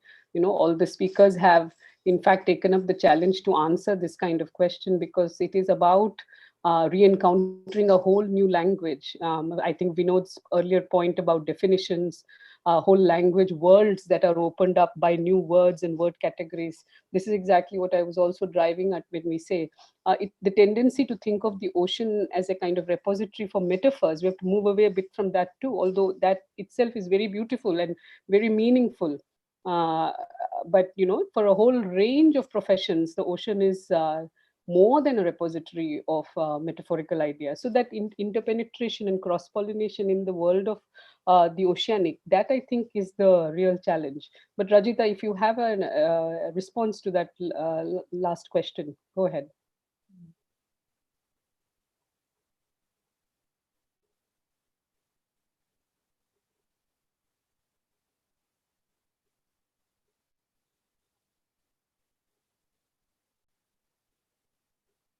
Hello, Rajitha? Yes. I'm Yeah. just trying to read the question. Okay. I think we need to have more literatures from all these communities living in the coastal regions, because Reef and Lacuna do not consider that aspect at all. It is, as I said, more from a cosmopolitan perspective, and maybe what this question is trying to hint at is a subaltern cosmopolitanism that comes from the coast, the lives of the lives and the livelihood of the people living in the coastal areas. So yeah, we need to have more literature from that part of the society. Right, and there is a very good hope to end, but also people living by the sea tend to be forgetful of the sea as well. Malayalam literature, for example, till recently. See also Greg Denning's work on Australia, for whom the ocean becomes the beach. Yeah, that's Dilip's final comment. I'm also, I'll quickly put in a word for a novel that, sort of pushes this forward, which is Fernanda Melchor's Hurricane Season. Gives us a completely other notion of the eco-geographical, to take a phrase that you are speaking of, and the use of language in it. Sorry, what was the name again? Name of the Hurricane author? Season. The Hurricane author? Season by Melchor, Fernanda Melchor, was brought to my attention by a friend. And that's a work that really pushes language, and especially is a very good intertext with Lacuna. Okay. Yeah, all right. Well, with that, I think we can safely call this session to be at an end. This has been wonderful. Thank you very much to Nishat and Dilip, the organizers of the conference, and to all the panelists and the participants. I think we can break here. I don't know, I will let Nishat take over and let us know what next to do for the next session. Thank you, everyone. Thank you, ma'am. Thank you. Yes, Grace. Yeah, so we have the chair, Professor Nishat Haider, for the next session, and we have all the participants, Amanna Madhuri, Kashish Doa, and Stephen S. George. So we have 3 more minutes. So the rapporteur can do the introduction to the chair, and that way we can save some time.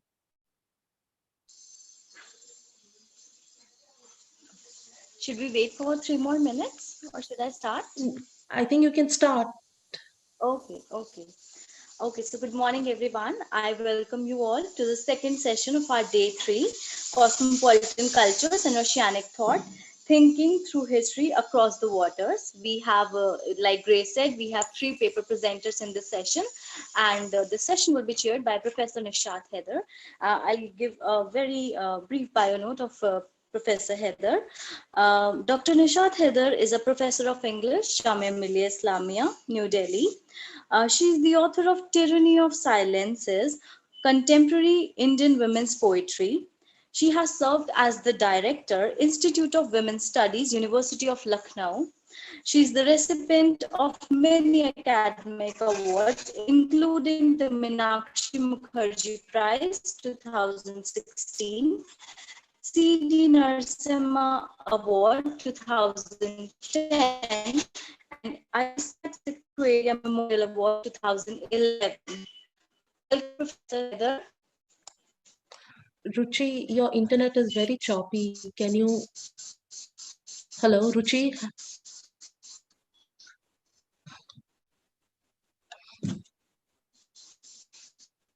Yes. Ruchi, you're not audible. Am I audible? No, you're not. Ruchi, maybe you can switch off your video and just use the audio. That will improve the quality Okay. of your audio. Yeah.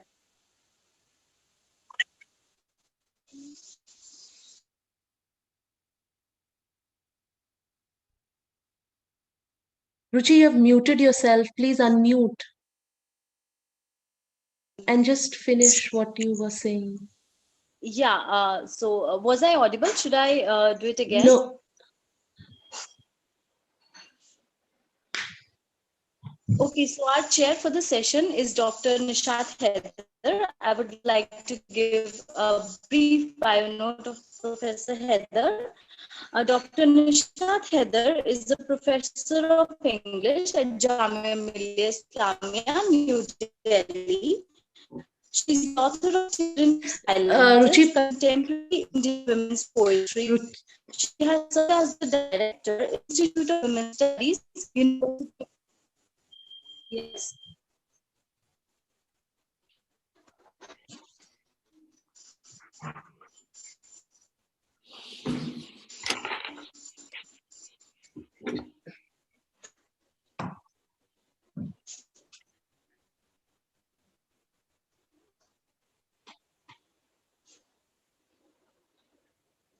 I think we can directly go to this.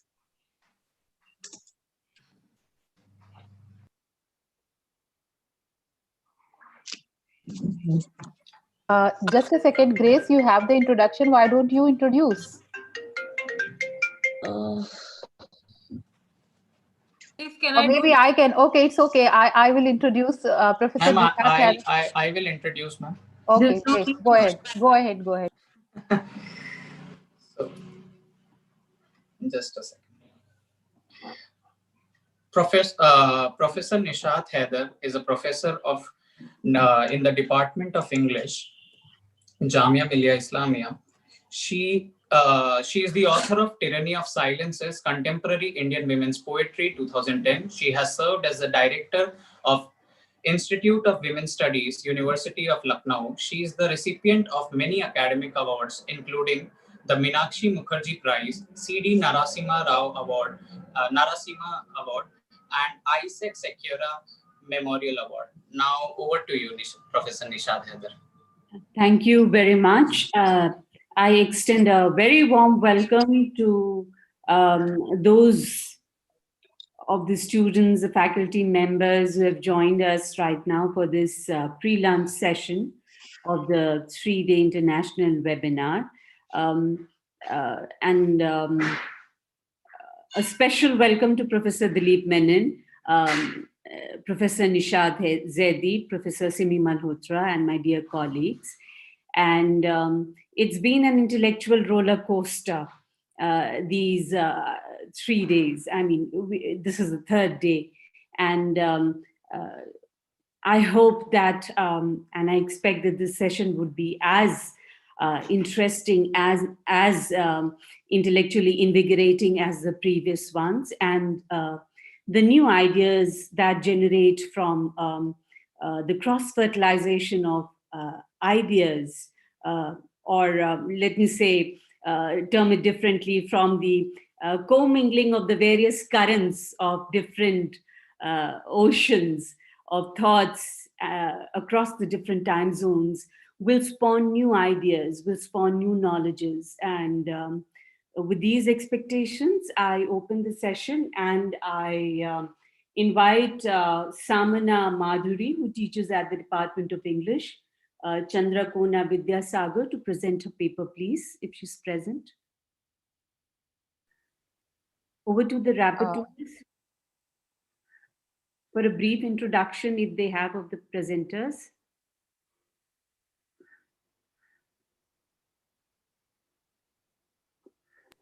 Nishat, you have introduced, so I think we can directly go. We can go ahead with the presentation. Right. Hello. Hello all. A very good morning to all of you. I hope I'm audible. Yes, you are. Am I? Yes. Yeah, okay, great. I would just start with my paper, but before I proceed, I would like to say that my paper has more questions than answers. Saying that, I would like to begin. The title of my paper is The Tales of Parrot and the Sea of Desire, tracing similarities in Sanskrit, Arabic, and Persian literature on women's sexuality from medieval era. Um, Storytelling is the oldest form of art known to humans, and it has played a crucial role in shaping our worlds and worldviews. Our engagement with oral narratives and inquiries to deconstruct the form as well as performative dimension of epic poetry has helped us to understand how imagination, interpretation, retelling, and collective memory shape communities and continuities, challenging the limitations imposed by cartographers and geographical interruptions. These narrative bridges initiated dialogues and crafted unique, unbreakable links between people and cultures, and with the teeming of ocean, travels across sea became an important medium of exchange between cultures and communities. Khalik Ahmad Nizami, in early Arab contact with South Asia, traces connections as far back as to the ancient times. I quote, long before the rise of Islam or Muslim conquest of South Asia, but it was, I quote again, Arab navigational interests that brought South Asia and Arabia closer. And it was through the merchants that India and Arabia came to know each other, and there began a process of cultural intercourse, unquote, that could have an everlasting impact on all spheres of life. Seafaring across Indian Ocean, particularly accelerated and broadened the scope of these exchanges and brought into focus the figure of the merchant in literature, who travels to distant lands in search of fortune and fame. While most of us have heard the fantastical tales of Sindbad, the adventure-seeking fortune hunter who rides the waves of Indian Ocean from 1001 Night Cycle, we rarely come across stories in popular retellings about their female counterparts, the accounts of women who stayed home while the men ventured into the sea to pursue their mercantile endeavors. What did the women do when their partners or husbands were away from home for an extended period of time? How did they wrestle boredom and keep themselves busy? Was there an exchange of ideas and narratives about women in this era of rich cultural exchange? If so, what were they about? To answer some of the questions raised above in the paper, I would trace the journey of unique frame narrative that draws our attention towards the home and the attempts of a female subject to address her desires and assert her subjectivity in the absence of her husband. This paper would primarily focus on the transformation that the tales told by the parrot undergoes as it is relayed across different geographical locations, languages, and cultures. The shortest version of the parrot's tale can be traced back to the Jataka trails, written somewhere between 300 BC to 400 AD. But the primary focus of this paper would be on select longer recensions. Since it is impossible to work with all the versions of the popular tale in one paper, I would particularly focus on the English version of the Sanskrit collection of tales called Sukha Saptati, or the 70 tales told by the parrot that date back to 12th century, selected and translated by A&D Husker, which was published in 2009. B. Hale Wortham's English version, titled as The Enchanted Parrot, a selection of tales from this narrative, which was published in 1911, and the reprint of Zia al-Din Naqshband's Persian version, Tuti Namme, or Tales of Parrot, translated by Muhammad Qadri, and Sir Richard Vincent's English translation of the Malay version, titled Hairkat Baya Baudiman. Before I get into an elaborate discussion on the translations, I would like to point out that from the 4 versions selected for discussion, only A&D Husker's version has the 70 tales that are indicated in the title. Wortham's selects only 56 stories for retelling.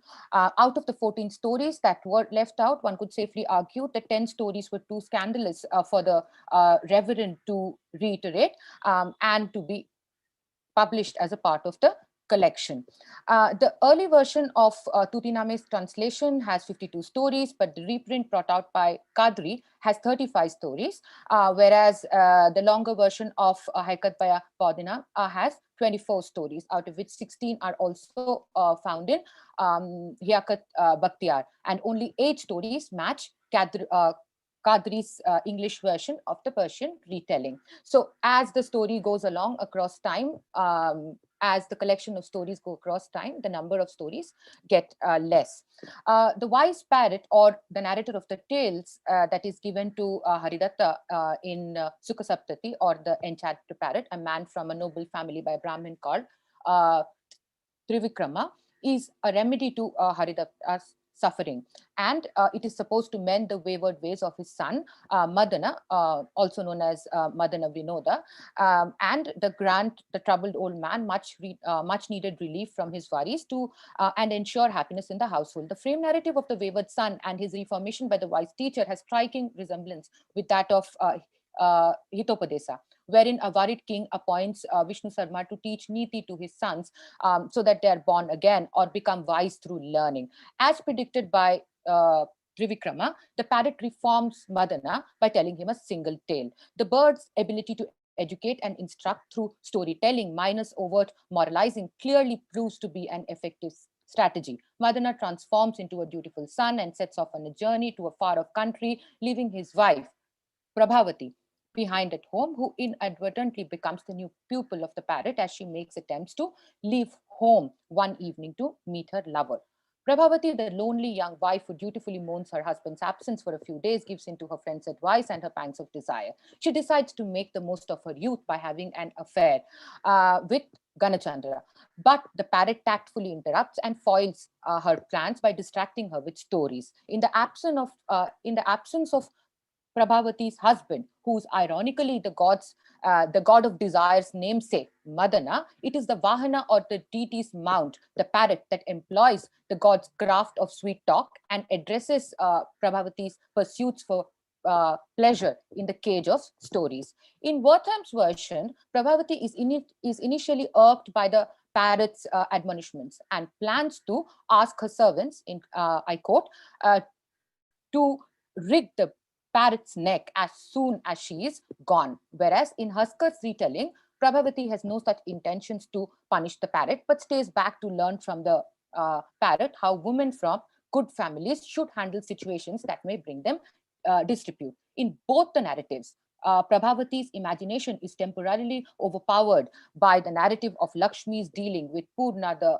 procuress, and her tryst with Mohana while her husband is away like Madana. The story ends, but it is too late for her to venture out, and her plans are stalled till the next evening. The parrot does keep its audience on tenterhooks for a while after it divulges the details of the sprightly Lakshmi's new visitor, but it does not use the cliffhanger method employed by the Shahzade in Arabian Nights.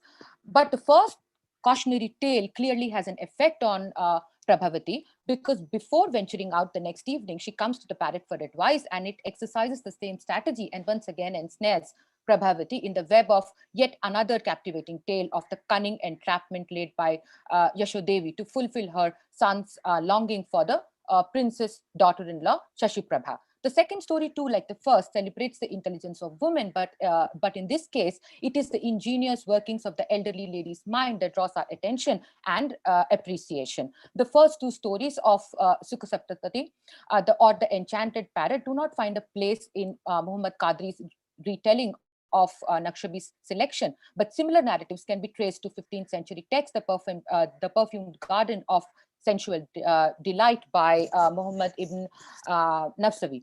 In the chapter titled Women's Tricks, Nafsavi, while cautioning the reader about the cunning of women, tells the story of a man whose romantic overtures are initially turned down by a beautiful woman, an old hag whose procuress courses a lady using similar tactics, those employed by Yashodevi.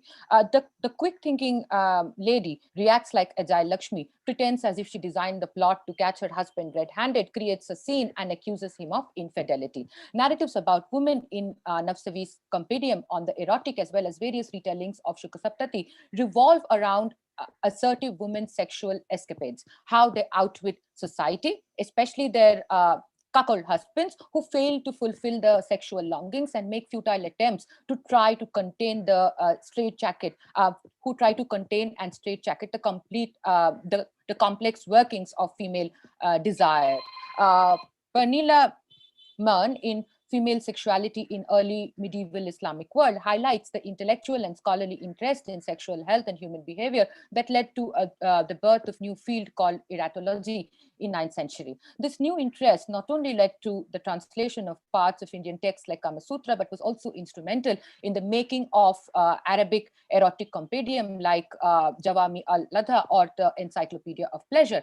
The primary focus of the eratological texts in both cultures is particularly on teaching men the art of pleasuring women. The stories discussed above, as well as others, 35 in Husker's retelling, 25 in Wortham's version, 5 in Kadri's Tutiname, and a couple in Hikayat by Baudiman, challenge the ideological conceptualizations that frame the figure of the perfect housewife, whose attention and labor is always channelized within the household and away from her body and self. They retell escapades of women, not only from the leisure class who have the time to indulge in such devious pursuits, but also the hardworking wife from the lower classes who cares for, makes time, and acts on the erotic needs of her body. The licentious actions of these free women in most cases go undetected, and the uninhibited performances remind us to go beyond the sanitized version of women's lives handed down by colonial modernity, but to retell the history of desire in India that is not only about, I quote Madhavi Menon here, purity, but also celebrates the impurity as a way of life and is a repository of multiple tales cutting across laws and boundaries. They help us to see women outside the binary of the Pativrata and the Patita, or the good, beautiful wife and the debased prostitute. Tutiname or Sukasaptati's Persian Anwar, despite working with similar narrative device, that is the Parrot, the frame narrative of the home alone wife who develops feeling for another man, and a couple of similar stories, it does create a unique worldview with a different message for its audience. Here in this particular story, Khwaja Mamoon or the hero, he is the one who gets the parrot home, and it is not his father. Interestingly, here Ahmed Sultan or Khwaja Maimun's father is a prince, and that perhaps changes the narrative focus of the whole collection. And it is the parrot that delivers the sales pitch for its own sale by calling itself an eloquent advisor.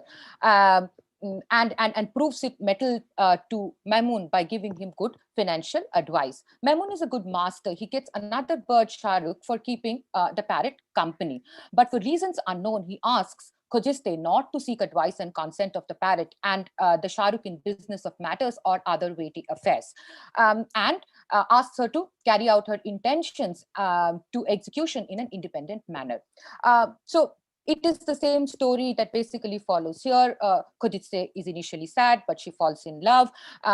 Then she meets this prince, and again, the bird basically starts telling stories to Khojiste before she leaves home, and that's how her plans to visit her lover fail.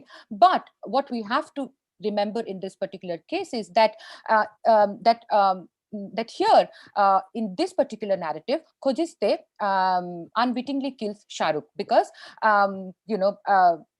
before she ventures out, she tells Shahrukh her plan to go and meet her lover. And because she thinks that Shahrukh is a female bird and it is going to understand what she is going through. But the bird turns out to be a well-trained agent of patriarchy. It bluntly prohibits Khojiste from pursuing her interests, berates her mind, and that her actions would be considered heinous and disgraceful. So in a fit of anger, she kills the bird and the bird dies on spot.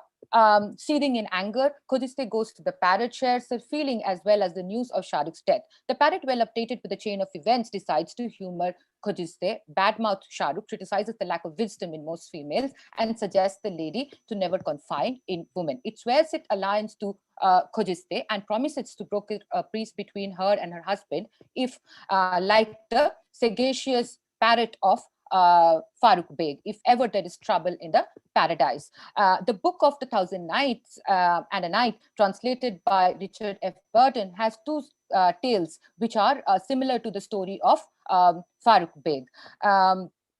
But in both the stories, the mistress outwits the parrot, and in one, the bird is killed by the angry master, only to repent later. The theme of the wife infidelity is central, but unlike the first story in Shukasaptati or the enchanted parrot, the woman in the tale is bailed out by the parrot and not by the use of her own wit. The first as well as the second story in the title, in the story. The first as well as the second story, titled The Fidelity of Sentinel Towards the King of Tabristan, underline the loyalty of the good servant. It appears as if the parrot is convincing Khojiste about its loyalty, winning her complete trust and ensuring that the lady does not kill her.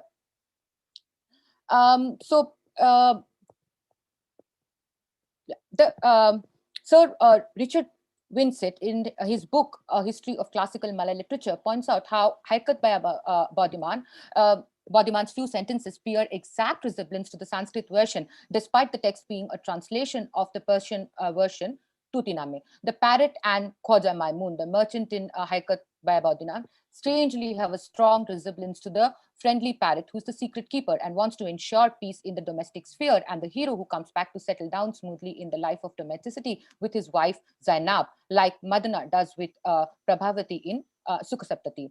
Haikat by Bodiman's introductory section is quite similar to that of Tutiname, but the concluding section resembles Sukasaptati that ends on a happy note.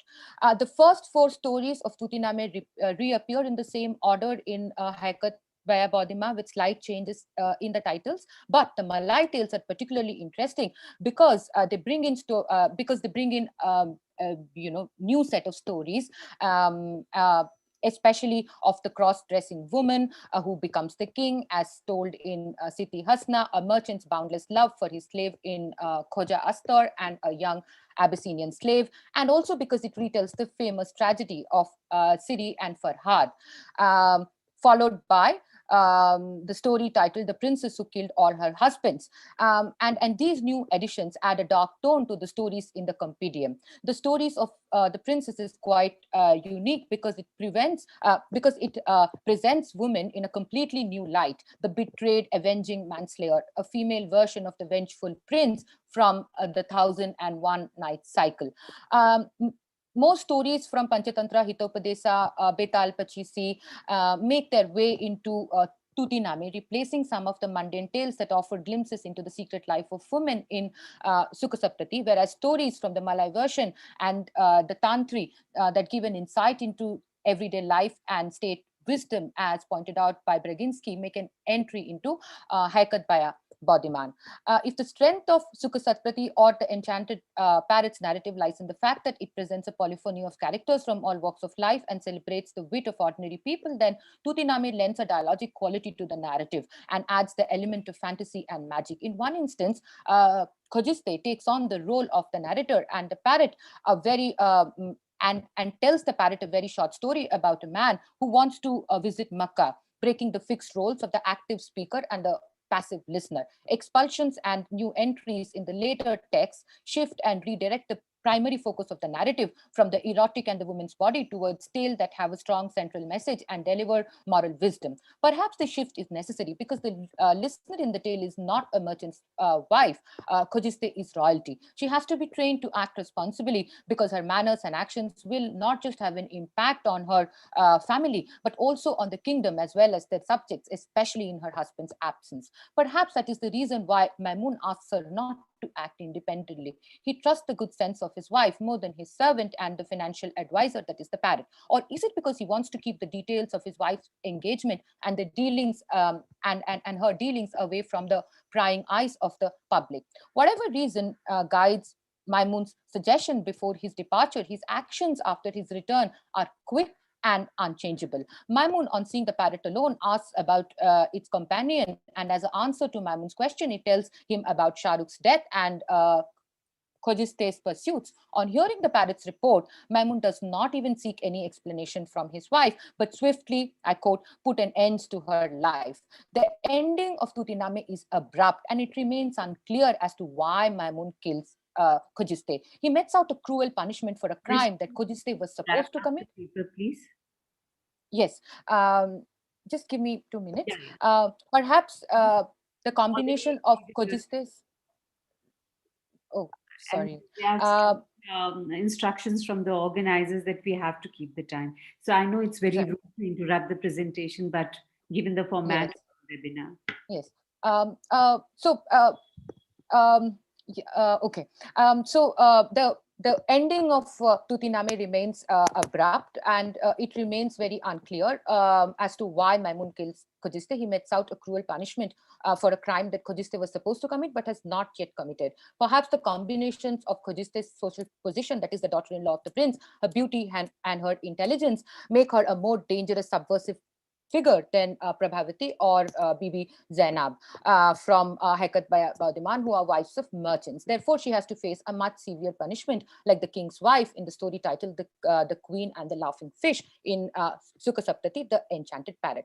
However, it is interesting to note how older women play a crucial role in helping young and desirable women to break from the conformist role of a good wife. It seems as if the parrot is playing the role of the older woman, because if we consider the parrot's selection of stories carefully, then it appears as if its agenda is almost in sync with that of the older ladies. Why does the parrot begin with and then go on to dedicate a sizable portion of the narratives to stories of women's adventures outside the socially sanctioned space of marriage, celebrating quick wit of women, if its real intent is to dissuade Prabhavati or the other women from pursuing the path of desire? Is the parrot making an attempt to substitute Prabhavati's feeling of real fulfillment by recounting similar successful tales of armor till the innocent heroine easily misguided by her friends? Or is it training the good lady of the house in the ways of the world before she walks into the night alone? Thank you. Thank you very much, Dr. Samna Madhuri. Now I would invite questions, if any. And there are two wonderful observations in the chat box. If the rapporteurs could just chip in and read them out. In the meanwhile, Sure, ma'am. just write your questions in the chat box. Yes, ma'am. I'll just read them out. Am I audible now? Yeah, sure. Go ahead. Okay, so Professor Anuradha Ghosh has written, very true that terrestrial language and metaphor is more widespread. Could you read Hafiz Jamali's comment, and then in response to that, you come to Anuradha Ghosh's. Okay, sorry, ma'am. So yeah, Hafiz Jamali writes, I think the issue of a terrestrial language and metaphor is more widespread, as Professor Menon pointed out. For instance, a lot of vocabulary. Ruchi, you're not audible, so I'll take up. Used by coastal people along Mekong and Persian Gulf Coast. Ruchi, you're not audible. Ruchi, you're not audible. I think I'll take up from here. Please. So Hafiz Jamali writes, I think the issue... Go ahead. I think the issue of a terrestrial language and metaphor is more widespread, as Professor Menon pointed out. For instance, a lot of vocabulary used by coastal people along Mekong and Persian Gulf Coast for sea is derived from land. The sea is called holes and grounds are referred to as the sea is called Darya in Farsi and Balochi languages, and fishing holes and grounds are referred to as Ko by the local people. So we may need to think beyond a direct association with the sea at the complex ways in which language, thought, and experience interact. I think it is to this Dr. Anuradha Ghosh has written, very true, terrestrial language and metaphor is more widespread.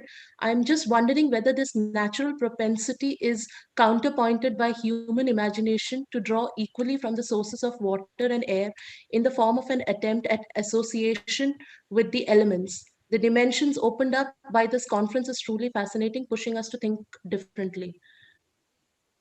And then we have two more questions, from Professor Menon and Professor Zaidi. So, is this... Does the speaker want to address the two comments? Not really. I agree. But what Professor Dilip Menon is asking is in fact Yeah, very more interesting. important. Yeah, I mean, it's like because this is a question, and those Yeah, are directly related I to your paper. yeah I kind of agree to what they have Yeah. said. So he Professor goes on Menon to ask, says, how do yeah. we bring in oceanic thought into your paper? If we pay attention to language, theme, and metaphor, where will this take us? For instance, Somadeva Katha Sarita Sagara, an ocean of stories, uses the ocean as a metaphor of vastness. In Sangam literature, in the delineation of different land and aesthetic scapes, we have neither Neethal or seashore, for example. Stephen Helmert's The Genders of Waves might be useful to think with since they deal with female desire. Yes. I have to read Stephen Hemlick's work. Thank you for the suggestion. I'll definitely read up on that. But basically, I think that what got missed in the whole presentation, because I wanted to give you an idea about what the texts are like, is the fact that how, like the Malay version that we read has a lot of Arabic influence in terms of the stories that are picked and the narratives that are basically selected from Bakhtiar's tale. So in a way, these stories are basically going around like how each of these like cultures is influencing one another. I think in that way we can read the how ocean plays a very, very important role. But I do have to think about the oceanic thought in particular. And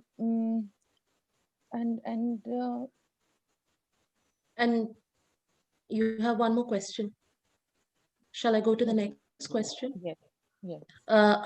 This is from Professor Nishad Zaidi. How is the female sexuality of wife juxtaposed with the lure of the ocean as far as merchants are concerned in these tales?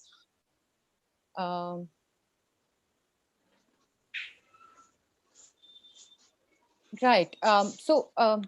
Well, I think that, like female sexuality is as unexplored as the ocean in these texts, or at least the understanding of the men about female sexuality is something that is very, very limited. So I think that's one way we can read it. And the next question is from Nishat Haider, the chair itself. Why is female sexuality or desire considered as destructive to the civic and political bodies?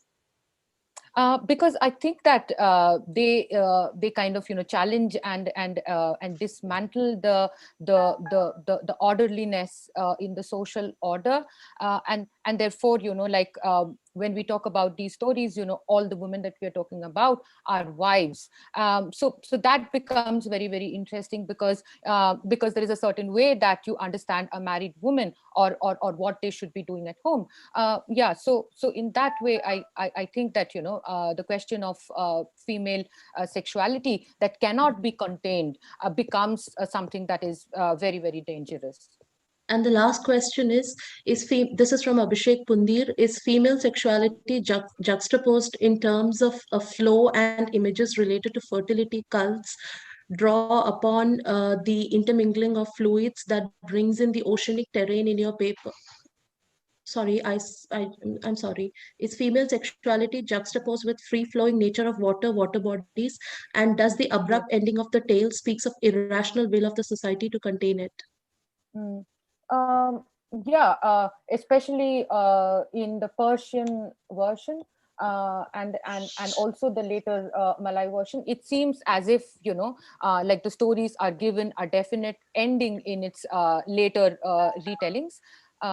Yeah. So it seems as if especially in the Persian version of the Tutiname, it seems as if the irrational will is tried to be contained by giving an abrupt ending and also kind of making it an example. But it is also very interesting that how this only works for certain classes. how it works for the royalty, but it does not work for others. Okay, you have 2 more minutes. Would the notion of desire in terms of flow and images related to the fertility cults draw upon the intermingling of fluids that brings in the oceanic terrain in your paper?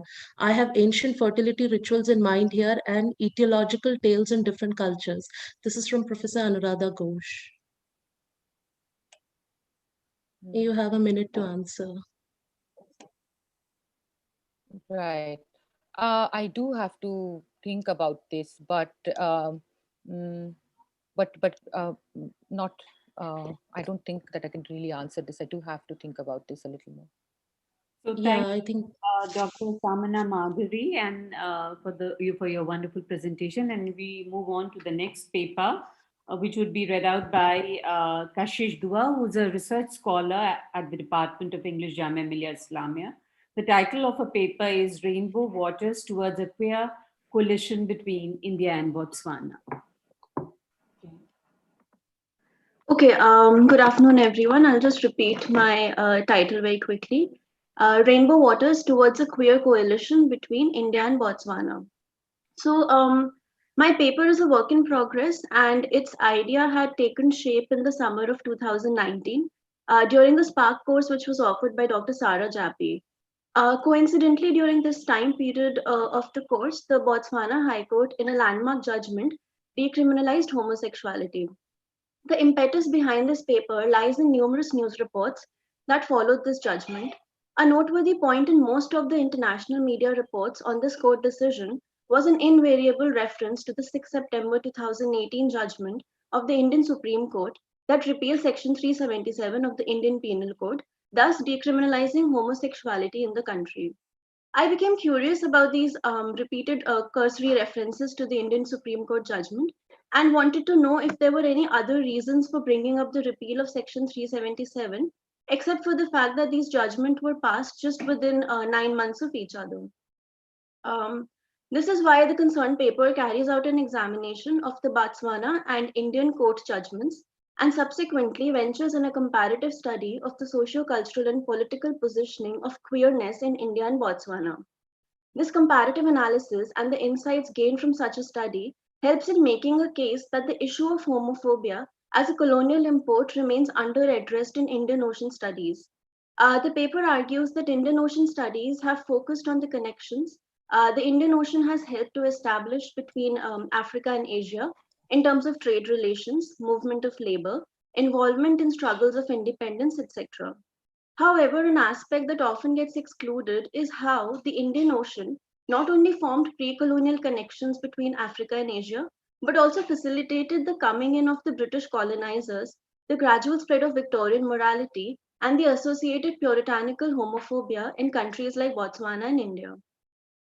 Drawing from this, the paper is divided into 3 sections, where the introductory section engages with the legal judgments that decriminalized homosexuality in India and Botswana. It traces the history and studies the common origin of anti-sodomy laws of these erstwhile British colonies. The second section of the paper charts out similarities between India and Botswana vis-a-vis relative pre-colonial tolerance of queerness and evidence of existence of queer individuals and relationships through the vocabulary of local Indian and Botswana languages. It also examines the introduction of homophobia through colonization and the transformation of this homophobia into what Kapia Kauma calls protective homophobia in the post-colonial context. The paper's third and final section draws on Vijay Prasad's understanding of the Third World as a project and Ahmad Sukarno's 1955 speech at Bandung Conference as crucial reminders of the significance of Global South Association. This section briefly discusses the work of a few important organizations working on queer issues in India and Botswana. It explores how the process of emancipation of queer individuals in these countries can benefit from a coalition between India and Botswana. The paper ends with preliminary suggestions that can initiate strategy formation for queer liberation from a local standpoint. The first section of the paper is titled Let's Well Say Moshing Ding Mang versus Attorney General and its reliance on Navteej Singh Johar versus Union of India. According to the ILGA state-sponsored Homophobia Global Legislation Overview Update 2019, Until June 2019, 32 out of the total 54 African states had laws that criminalized homosexuality, making Africa contribute almost half of the 70 United Nations member states with anti-sodomy laws. On June 11, 2019, this number dropped by one as the Botswana High Court decriminalized homosexuality by declaring sections 164A, 164C, and 165 of the Penal Code as ultra-virus to the Constitution. The Let's Welse versus Attorney General 2019 judgment declared that these sections violated Botswana Constitution's Section 3, which protects liberty, privacy, and dignity, Section 9, which protects privacy, and Section 15, which prevents discrimination. In times when other African states like Uganda, Nigeria, South Sudan, Burundi, and Liberia have attempted to expand and strengthen their anti-homosexuality laws, the Botswana High Court judgment received much media attention for its step towards emancipation of queer individuals. This judgment is both instrumental as a documentation of a landmark decision and situates the legal struggles for rights of queer individuals in Botswana. This judgment that was written by Justice M. Liburu and agreed upon by Justice A.B. Tafa and Justice J. Dubey works as a comprehensive text that surveys some significant legal developments pertaining to queer rights at a global level. It also engages with the history of sodomy laws in detail and then reaches its conclusion by referring to protection of rights to privacy, dignity, liberty, and anti-discrimination that have been the foundation of decriminalization judgments in other nations. It is interesting that like the news reports on the June 2019 Botswana judgment, the judgment itself makes repeated references to the 6 September 2018 Indian Supreme Court judgment. The reliance on Navtej Singh Johar versus Union of India for bringing about a change in Botswana's centuries-old sodomy law can be better understood through a closer look at the Botswana judgment. The Botswana High Court judgment, interestingly, begins charting the history of the offense of sodomy from the Bible and then goes on to highlight the way the Old Testament and the New Testament perceive homosexuality as a sin. The judgment uses these examples to convincingly argue that the basis of the sodomy laws was nothing but the protection of religious beliefs. In paragraph 51 of the judgment, Justice Liburu comments on the United Kingdom's inclusion of sodomy as an offense by stating, and I quote, "In the early ages after the creation of the United Kingdom, England incorporated into its common law an offense of sodomy for purposes of protecting the Christian principles upon which the kingdom was founded." Close quotes. Justice Liburu further refers to two scholarly articles titled "This Alien Legacy, The Origins of Sodomy Laws in British Colonialism," which was published by Human Rights Watch in 2018, and "The Sodomy Offence, England's Least Lovely Criminal Law Report," published in 2011 by Kirby. These two articles connect the contemporary sodomy laws in erstwhile British colonies to United Kingdom's own 1553 statutes that criminalized homosexuality. This eclectic intertextual referencing in the judgment succinctly presents changes in the discourse around sodomy and additionally brings to attention the way multiple jurisdictions have decriminalized homosexuality in the past. The judgment relies on Michael Kirby's work to establish that same-sex activities were morally unacceptable to the British, and their anti-sodomy laws were implemented in the colonies like Botswana without consultation with the local population. The judgment uses Kirby's work to argue that it was in India in 1864 that the anti-sodomy law was first introduced by the colonizers through Macaulay's Indian Penal Code, which stated, and I quote from the IPC, "Whoever voluntarily has carnal intercourse against the order of nature with any man, woman, or animal shall be punished with imprisonment for life or with imprisonment for a term which may extend to 10 years and shall be liable to fine." The IPC then became a model that got implemented with much changes in 1885 when Bechuana land became a British protectorate and introduced anti-sodomy laws through sections 164 and 165 in the following terms. And I quote again from the Botswana Constitution. Any person who has carnal knowledge of any person against the order of nature, or has carnal knowledge of an animal, or permits a male person to have carnal knowledge of him or her against the order of nature is guilty of an offense and is liable to imprisonment for a term not exceeding 7 years. A very direct relationship, in fact, a replication of the legalities governing queerness in India and Botswana, can be noted in the way the Botswana judgment contextualizes the anti-sodomy law and highlights IPC as its source of origin in Botswana. Thomas R. Metcalfe, in his study of India in the Indian Ocean arena, identified India as a nodal point from which peoples, ideas, goods, and institutions, everything that enables an empire to exist, radiated outward. His historical analysis of the laws drafted by Macaulay and the replication in other British colonies like Southern Africa reveals that these laws were different than the English laws followed in Britain and were specifically thought out to rule India with minimal difficulties. Metcalfe's studies thus hint at a deeper connection between India and African states like Botswana, which came under the influence of the same precepts of sodomy laws. What is striking is the way the Botswana High Court judgment comes back to Section 377 of the IPC for the amendments made to it in 2018 to move towards a repeal of its own anti-sodomy laws. It is important to observe that Let's Welsey versus Attorney General 2019 judgment repeatedly cites Navtej Singh Johar versus Union of India in paragraphs 122 and 123, 140 and 147 to support its argument of how anti-sodomy laws work against privacy, dignity, liberty, respectively, that are otherwise guaranteed by the Botswana Constitution. The similarities in the legal trajectory concerning queerness in India and Botswana is not just limited to the replication of IPC and a reliance on it for decriminalization of homosexuality. It extends to other post-colonial developments and debates around anti-sodomy laws, which I will explore in the next section. So my next section is titled Queerness in India and Botswana, an overview of semblances. A generalized and simplistic argument of complete semblance between the discourse on queerness in India and Botswana might be an overstatement, but the striking similarities in the way queerness has been tolerated, if not celebrated, understood, challenged, and defended in these two erstwhile colonies cannot be ignored. The Indian Ocean became a route for the British to enter both India and Botswana, and with them entered Victorian morality. Works of critics like Ruth Vanitha and Salim Kidwai and Sylvia Tamale, Enze Han, and Joseph O'Mahony respectively argue that it was the European Victorian norms and the associated homophobia that influenced India and Asia and several countries, including Botswana, in Africa, giving rise to a deep-seated attitude of sexual repression in these regions.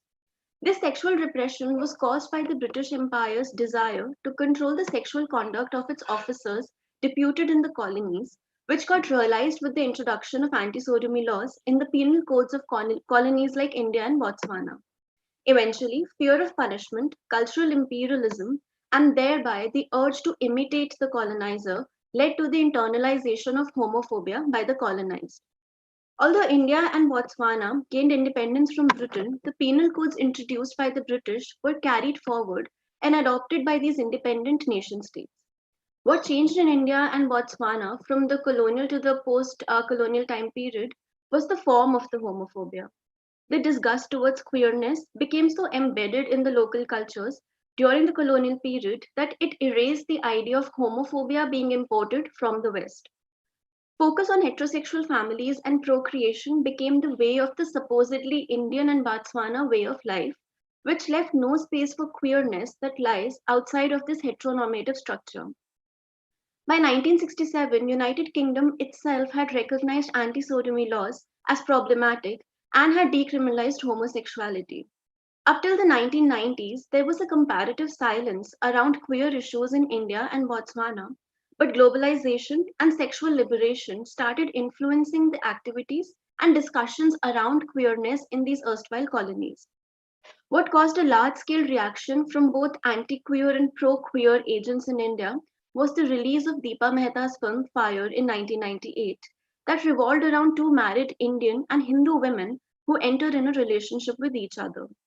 Whereas works of Adrian Giuco and Monica Tabingwa and Kapia Kouama reveal African countries suddenly gained attention by the conservative US evangelicals who started losing their hold on Anglo-American regions, given the way the queer movement gained momentum with globalization.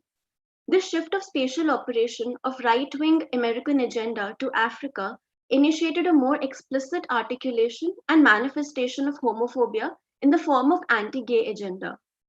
Political and religious leaders in both the countries have made and continue to make statements that queerness is imported from the West, which is why it has no place in the supposed native culture of India and Botswana, respectively. When the UPA government in 2013 had decided to review the Supreme Court decision that had rejected the Delhi High Court ruling of 2009 and had recriminalized homosexuality, several religious leaders came together for a public convention and issued joint statements opposing homosexuality. According to an Economics Times report, which was published in 2018, and I quote, Jamaat-e-Islami Hind President Maulana Sayyid Jalaluddin Omari warned the government from enacting any bill which decriminalizes homosexuality or deprecates Section 377 of the Indian Penal Code. Shankaracharya Omkarananda Saraswati of Pragya Peeth said homosexuality was a disease and suggested that homosexual persons should go in for medicines and consult spiritual gurus. Close quotes. These anti-gay sentiments of Indian leaders find semblance in the statements given by the Assistant Minister of Labour and Home Affairs, Olifant Mufa, in 2006, who called homosexuality, and I quote, barbaric, whether you argue it from the perspective of religion or culture, and that such individuals should go for counseling and serious therapy so that they can be brought back to normality. Close quotes.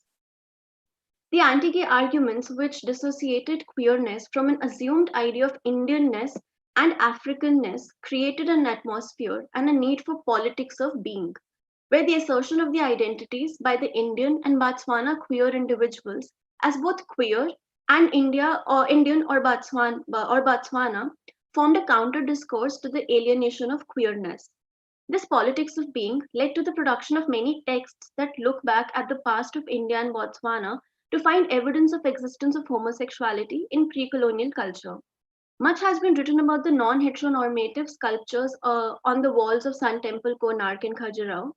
Similarly, active research has been done and published to unearth the existence of queerness in ancient Indian literary material like Vatsyayan's Kama Sutra and several narratives from mythology. The African queer studies, like works of Mark Eprecht, Sylvia Tamale, and others, have also focused on highlighting the historical existence of queer individuals and relationships, as well as representation of queerness in art and architecture. The works of these scholars reveal that same-sex practices in the form of marriages between women was accepted in over 40 ethnic groups that lived across sub-Saharan Africa. Local languages of India and Botswana have also been found to have specific words relating to queer people and queerness. For example, Ruth Manith and Salim Kidwai give evidence of words like yoni, which means non-vaginal sex, chapatbaz, a term used for courtesans who had sex with women, and dogna, homoerotically inclined women, that have been used in ancient and medieval Indian texts. In the context of Africa, Adrian Giucu and Monica Tabingwa, in a book called Envisioning Global LGBT Human Rights, comment, and I quote, many indigenous languages contain words that refer to homosexuality. For example, Lugandan word bisiaga, in the Shona language, the words muru mekadzi and muru mukadze rome can be loosely translated as man-woman and woman-man, respectively. The first refers to a man who takes on female roles, and the second to a woman. Kindly conclude within a minute or two. Okay. And second to a woman who takes on male roles. Okay, so I'll skip a few things. What I do in the next section of this, the next part of this paper is that I try and also show connections in the way the legal trajectory of the anti-sodomy laws in India and Botswana is similar in more than one ways. It is not just about the origin and now the decriminalization, but Please also the presentation. We are running short of time. Okay. I'll just conclude the presentation. So I'll just come to my conclusion and say that what I'm trying to do and propose through these comparisons is that several organizations, both in India and Botswana, have been working in isolation for a very long time. And they've been working on grassroots level, where they're not really thinking of collaborations and coalitions. But if we think of certain steps that organizations like Lega Bibo, which is a Botswana organization, has taken towards collaborations. So they've been collaborating with ILGA at a global level to have Pan-African conferences to discuss and deliberate ways of moving towards queer liberation. Similarly, if we can think and imagine of global south ways of collaboration, and especially between places like India and Botswana, there's a possibility of focusing on identities and on people who do not really identify with the Western labels of LGBTQ or the Western idea of a gay culture or a gay subculture. So I guess I will just conclude here and maybe answer questions and then elaborate on what I wanted to say. Thank you. Precious Dua. There are a number of questions. I would ask the rapporteurs to read them out. And you could also take a look at the chat box. And I have a question too, and it's a very small question. What about the homophobic, the element of homophobia in legalese or in law itself? How do you counter that? Not only in the legal discourse as such, but also inherent in the language. How do you address? Yeah, so legal language has always been a problem in terms of addressing homophobia and issues of gender and sexuality. But what we can learn probably from the Botswana constitution is that even though they're not able to challenge these structural problems like the language of the law, they're trying to make several of their laws gender neutral. And they've already done so. So it's not just when it comes to, say, homosexuality, particularly when issues of sexuality and gender are discussed, but several other laws are also being made gender neutral in Botswana. So legal language has always been one of the challenges that queer activists and theorists have been trying to deal with. And it is like an ongoing struggle. So I do not think that, till now we have a definitive answer to how do we really challenge Talking these about the coalitional politics amongst the various homosexual groups and people of different sexual orientations. So why not a coalitional politics which takes into purview or which brings into this entire realm? Anyway, the question. That's possible. That's one of the potential things that can be done. Okay. So let's move to the questions. First, we'll take Professor Menon's question. Speaking of oceanic circulations, can we think of an oceanic vocabulary of queer desire, which you indicate, but perhaps you can elaborate? Oceanic vocabulary of queer desire definitely can be a vocabulary which is not pertaining to the global north vocabulary that has already been established and is sort of being imposed by the way we see activism and funding working when it comes to activism in places like Botswana and India. So that can be one of the ways, like probably we can begin by challenging the use of a global north vocabulary to think of an oceanic vocabulary of queerness and desire. Those are the things that I can think of right now. He also has one more question. Hi, Kashish, great paper. What would it mean to think about the ocean as a queer space, a liminal space not bound to the rules of the land, also allows beyond the metaphor to think about the political affinities across the Indian Ocean between Botswana and India. The resonances of similar judgments across the ocean, which takes us to Fahad Bishara's work on law in the Western Indian Ocean and the use of precedents in courts. So I think that is what exactly I wanted to propose, like to think of the ocean beyond the metaphor. I want to think of the ocean as a point of connecting or bringing together these struggles that have not really gone too far in terms of what they've achieved. And the struggles, and I'm not saying that all the challenges and problems that activists in both these countries are facing are exactly the same, but they're similar. The roots of the challenges that they're facing is similar, and probably coming together by thinking through the ocean or through the ocean, oceanic thought can possibly give rise to solutions that we haven't yet arrived at.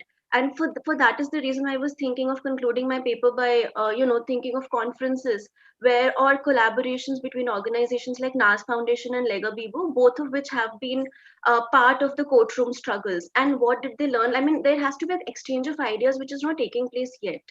So the one thing that I could think of, taking the queer activism and possible, ways of liberation forward, was coming from the idea of bringing together people through the oceanic thought and bringing together these organizations that have been working in isolation from each other.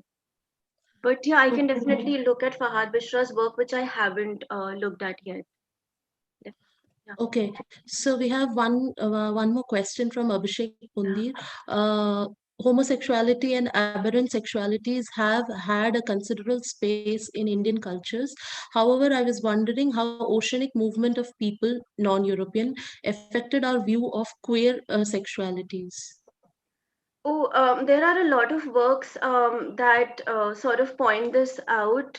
There have been works about people from different parts of the world traveling through the ocean and coming to India, and especially when it comes to Islam and Mughals. I mean, there is a huge amount of work that has already been done, and the brief things that I can sort of think of right now, of course, is Ruth Vanita Salim Kidwai, but beyond that, Geeti Thadani also makes several references to these kinds of influences.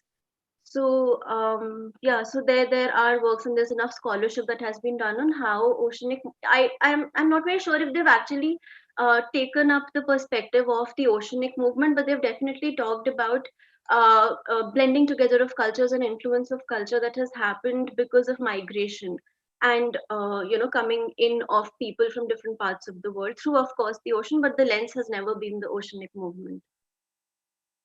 Okay, I think that's Kashish, we move on to the last presentation of this session, and that is by a doctoral candidate at the Department of English, Jamia Millia Islamia, Stephen S. George, and he would introduce his title and his paper. Yeah, my title is in the chat box. The title is Middle Passage to Middle Non-Passage, Christianity, Conversion and Caste, Reflections of Dalit Christian Malayalam Writings in Post-Colonial India. I have made this presentation into 4 parts, and I'll start with the first part. It's titled The Question of Identity Moving Inwards, a National Project. Pius Malakandathil says the shift from an older religious identity to a new one dominates historiography, and the Indian Christian is thus forever poised between 2 different communities with a hyphenated identity rather than with a completed one. The study of the crisis of identity for a Dalit Christian is a unique proposition. Pius Malakandathil says, even though Indian Christianity is older than Christianity in the West and has developed over many centuries a range of Indian communities, belief structures, and ritual and cultural forms and practices, it has been studied largely as an offshoot of Western imperial impact mediated by European missionaries. This section dwells on the subject of the identity of Dalit Christians in a post-independent era. In the essay Citizenship and Passive Revolution, interpreting the First Amendment, Nivedita Menon quotes Partha Chatterjee and argues, here lies the root of our post-colonial misery, not in our inability to think out new forms of the modern community, but in our surrender to the old forms of the modern state. The article comments on various provisions that pose the problem within the Constitution in regards to the incomplete modern project. She further states, it is this understanding that animates the amendment to Article 15 that would enable the government to make special provisions for backward classes. Article 15 of the Indian Constitution states the prohibition of discrimination. And Article 15, subsection 4 states, nothing in this article shall prevent the state from making special provision for the advancement of any socially and educationally backward classes of citizens or for the scheduled caste and the scheduled tribes. K.T. Shah in the Constituent Assembly debates argues that by using the phrase backward classes for citizens would retreat to the background. This problem highlights a retreat towards the background as an acknowledgement of citizenship based on the background. The particular reservation provision is for the scheduled caste, terminology used legally by the state.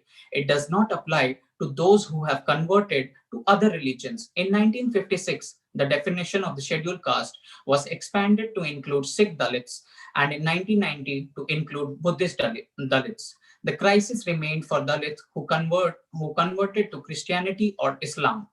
The Dalits who convert themselves to Christianity extinguish their accessibility to the state's reservation. The Dalit Christian, instead of an opportunity by the state, espouses dignity and liberation through the Christian religion. For the Dalit Christians, Jesus Christ becomes a god of the Dalits, as his message was for the liberation of the oppressed, who in the Indian context would be the Dalits. D. Rajan's novel Mukkani, Rekha Raj comments, contemplates the dilemma of the Dalit Christian in contemporary India. The Dalit Christian gets discriminated based on their origins even after generations of conversion. They become a lower caste Christian or new Christian or weak Christian before the society and church. Dalit altogether fail to become a Christian. The Dalit community is equally cynical about the converts, as one departs from the liberal paradigm of rights and justice and at the same time bears the same historical bearing of their caste. The dilemma for Dalit Christian is in their constant attachment with the Dalit category, which in civic files of the state does not provide them any benefits of reservation. It remains a site of humiliation and oppression. The process of conversion was met out with the conception of redemption and salvation in the lives of oppressed caste. However, in practice, neither the church redeemed the Dalit converts as their own, nor the converts could ever feel any salvation from the church. In the 19th century, the Protestant church held supremacy over the indigenous Syrian church. Gradually, the foreign missionary presence declined, and by the end of the 20th century, had virtually disappeared. The transfer of power was soon followed by a shift in the perspective from which the history of Christianity in India was written. Now, the origins, growth, and development of the Indian church, whether Roman Catholic, Protestant, or Syrian Orthodox, became the new centerpiece of Christianity's Indian history. John Webster comments. In post-independent India, the Syrian churches and the Roman Catholics came into prominence due to their proliferation towards a historical resonance to Christianity and perhaps a pre-Christian history in which they were upper castes. In direct resonance, the Christians were hierarchically divided. The new Christian, weak Christian, or lower caste Christian against the old Brahminical Christian. It is a unique and strange form of attachment of caste to a religion with no concept of caste. These terms neither exist in any legal books nor the church registers. It exists like a public secret where the discrimination is an inevitable part because of the constant attachment of Dalit Christians with slavery and untouchability. This kind of movement notes an inward closure movement of the state, where previous caste identities gained supremacy over citizenship. The dominance of Roman Catholic churches over Protestant churches is a direct result of the same. My next section is called Dalit Christian Writings in Kerala. The Sharma, Alexander Walker, in his book, draws upon his experience in Malabar and says, the Sharma are absolute property. They are part of the livestock on an estate. The Sharmas may be sold, leased, and mortgaged like the land itself or like any cattle or thing. Dalit Christian writings can be discussed here in two different phases. First, in the 19th century, where the Dalit Christian writings coincide with the emergence of the novel and the expansion of the colonial empire. Second is writings emerging of political movements in India, beginning from the Dalit Panthers Manifesto in Maharashtra. The 19th century is the period when European colonization was at its peak. The idea of the Europeans coming with the sword in one hand and the Bible in the other had been a well-settled reality for the subcontinents of Africa, Asia, and Latin America. Desmond Tutu, a South African Anglican cleric, says, when the missionaries came to Africa, they had the Bible and we had the land. They said, let us pray. We closed our eyes. When we opened them, we had the Bible and they had the land. Colonialism adheres to a very violent history in any subcontinent. However, the violence is traced if we think of an idea of an external violence towards the subcontinent. How do we think about colonialism with the section of the society which has been historically oppressed by insiders? The perennials of violence have existed in Hinduism since its endogamous stratification between the caste and subcaste. The untouchable community within it has been deprived of land, education, equality from being human itself. On the one hand, is the horrendous violence of slavery and indentured labor by the British. On the other hand, is the relentless situation of perennial slavery for the people belonging to the untouchable caste. The idea of identity is crucial to untouchable caste. It has to remain a slave forever because it has been subjected to and cannot surpass more than the space they are ascertained.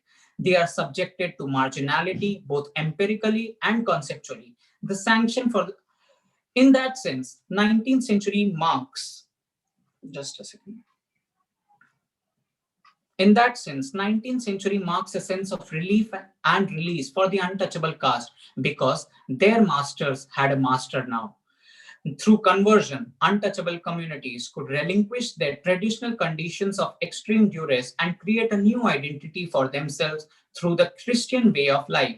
The Bible looked outside from the binary of violent cultural imposition, meant emancipation, education, and liberation for the untouchable. The creation of selfhood and the identity was reminiscent of the emergence of novels in the 19th century. The novel was an expression of self by the self. It was a space for the individual to write freely as individual subjects, presenting their perspective and selfhood. The untouchable caste not only had an opportunity for education and emancipation, but also had a medium for self-expression, the novel. An interesting parallel draws between the emergence of novels in India with the self-expression of the oppressed caste. Professor Dalit Menon uses three examples in the book, The Blindness of Insight, to highlight the changing nature of identity and experience of the subaltern caste.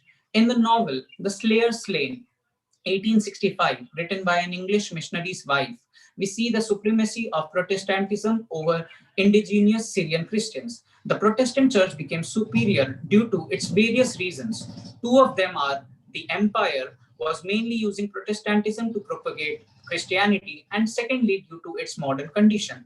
The conditions existed for the untouchable community to convert themselves, while the Syrian Christians were a closed community which followed an ancestral claim over generation and was passed on generation by generation. It is perhaps the traditional structures and organic roots of the religion that the term indigenous is used for Syrian Christians. The second novel, The Victory of Knowledge, Saraswati Vijayam, was written by a member of Tiya community, Pothri Kunambu. It deals with an untouchable Pulaya man who converted himself to Christianity, educated himself, and became a judge. The possibility of the Pulaya to become a judge is a revolutionary situation for a historically oppressed caste in 1890s. One can observe three facets here. The first is the accessibility of education to all against the idea of education reserved for only a particular caste, which was the case in Hinduism. Secondly, education and conversion as a form of liberation from bonded labor. Third, the changing of power structure through the introduction of modern systems like civil law, court, and schools. The Pulaya man was heading a judgment of a trial of Nambudiri Brahman, where he treats him fairly despite his unfair historical treatment by the Nambudiri community. The Christianity pictured in the three novels, including Joseph Moliel's Sukumari, related to a redemptive, equal, and just situation in the political context of British colonialism and Christianity. These novels depict the multiple set of narratives emerging at the time, other than the one national narrative, which was mostly in resistance to imperialism. Despite the small temporal changing situation for a segment of the society, one cannot ignore the evangelical and colonial mission as an integrated system based on violence towards the native.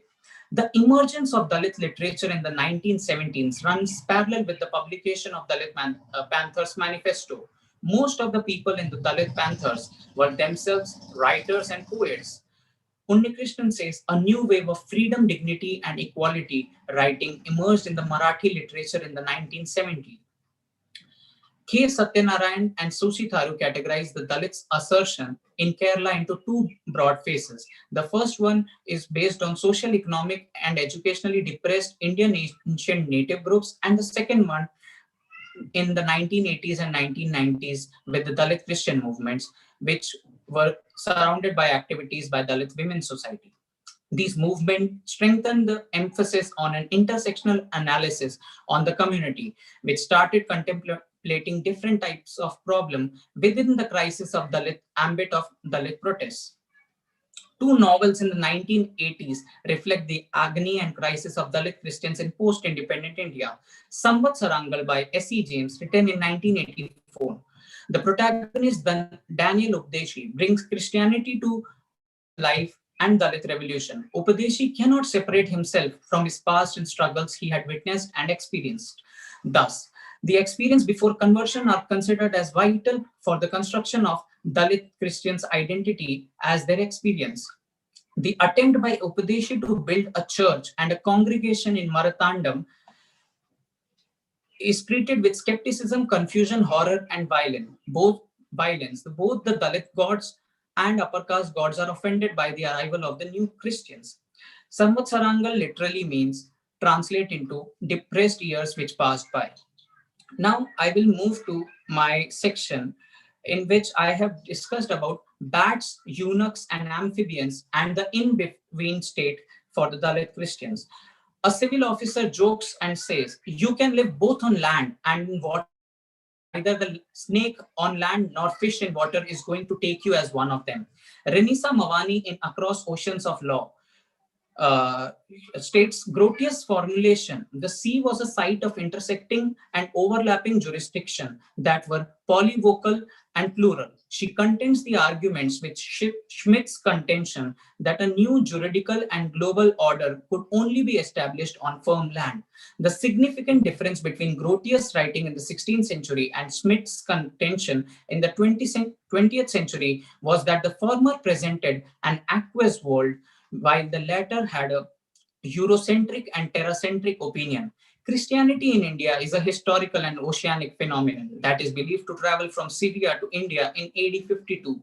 The principal recipients of this exchange were in Kerala, then Malabar. Christianity once again traveled through seas to India through European colonial mission during the 18th and 19th century. This time, it was sprouting in various regions. In 20th century, as India became independent, it moved toward the conceptual model of Schmidt, which was governed by a terracentric statist model of the nation. In Vedutala's father, here keep your vendingya. The protagonist's wife refused to convert to Christianity and tells him, who wants to live a life of a half convert? In Prince Ayaman's short story, Karthik Emmanuel's Spiritual Musing, the couple going to the state office for an educational loan is called an amphibian. You can live both on land and in water. Neither the snake on land nor fish in water is going to take you as one of them. All these metaphors are in the double negative as a derogatory connotative, like neither this nor that. However, the most compelling answer in Emmanuel's question, what is a hybrid? The grandmother answers honestly, two distinct varieties of seeds are combined to form a new breed with greater productivity and quality is known as a hybrid. The reference to bat, eunuchs, and amphibians connotes a parochial thought and a narrow opinion of people who have incompetency to see beyond the binary. The kind of thinking can allude to a rigid terrestrial mode of perception, where binaries of male, female, black, white, land, sea, upper caste, lower caste dominates the language of real life. The problem is not only about the untouchable community, but the problem is much larger, where people do not have a language or sense to address hybridity and multiplicity of identities. It is a direct ramification of the endogamous and rigid society we live in. The story of Karthik Emmanuel ends with Hindu-Muslim riots in Gujarat. The sudden disruption is a very critical commentary on the endogamous and rigid society. It refers the historical rejection of multiplicity, hybridity, and diversity in post-independent India, which has made its people very inward-looking. There is a deliberate move towards a more rigid society. One could look at the worst part. Communities like Syrian Christians, that are a hybrid community themselves, resort to a rigid and endogamous outlook, who have created the major havoc for the Dalit Christian community. The failure of state, church, and community in providing a solution for Dalit Christians reflect the state's failure to recognize citizenship as a modern concept per se. Thank you. Thank you very much, Stephen S. George, for this wonderful presentation. And there are a couple of questions and observations in the chat box. Could the rapporteurs chip in? Yeah. Yeah. So the first question comment is from Professor Menon. Hi, Stephen. Great paper. Some kite flying here. The Dalit identity as a Trishanku identity betwixt and between as much as abandoned. The Dalit Christian rejected by a hierarchical church as much as a casteist Hinduism. However, they create lives in ocean, similarly a betwixt and between space between land and sky through migration as much as forced transport for labor. Fuel reaches across the ocean to the former slaves of the USA in 1873, the Dalit Panthers in the 1970s. Fule reaches across the ocean to the former slaves of the US in 1873 and Dalit Panthers in 1970. The circulation of Afro-Asian forms of music and dance and divinity across the ocean between slaves and Dalits, which Grace's work is looking at. So can an argument be made that connects Dalit thinking with oceanic history, a thought that exceeds the myopia of nation, ties up with Kashish paper, the queer and Dalit space of the ocean, perhaps?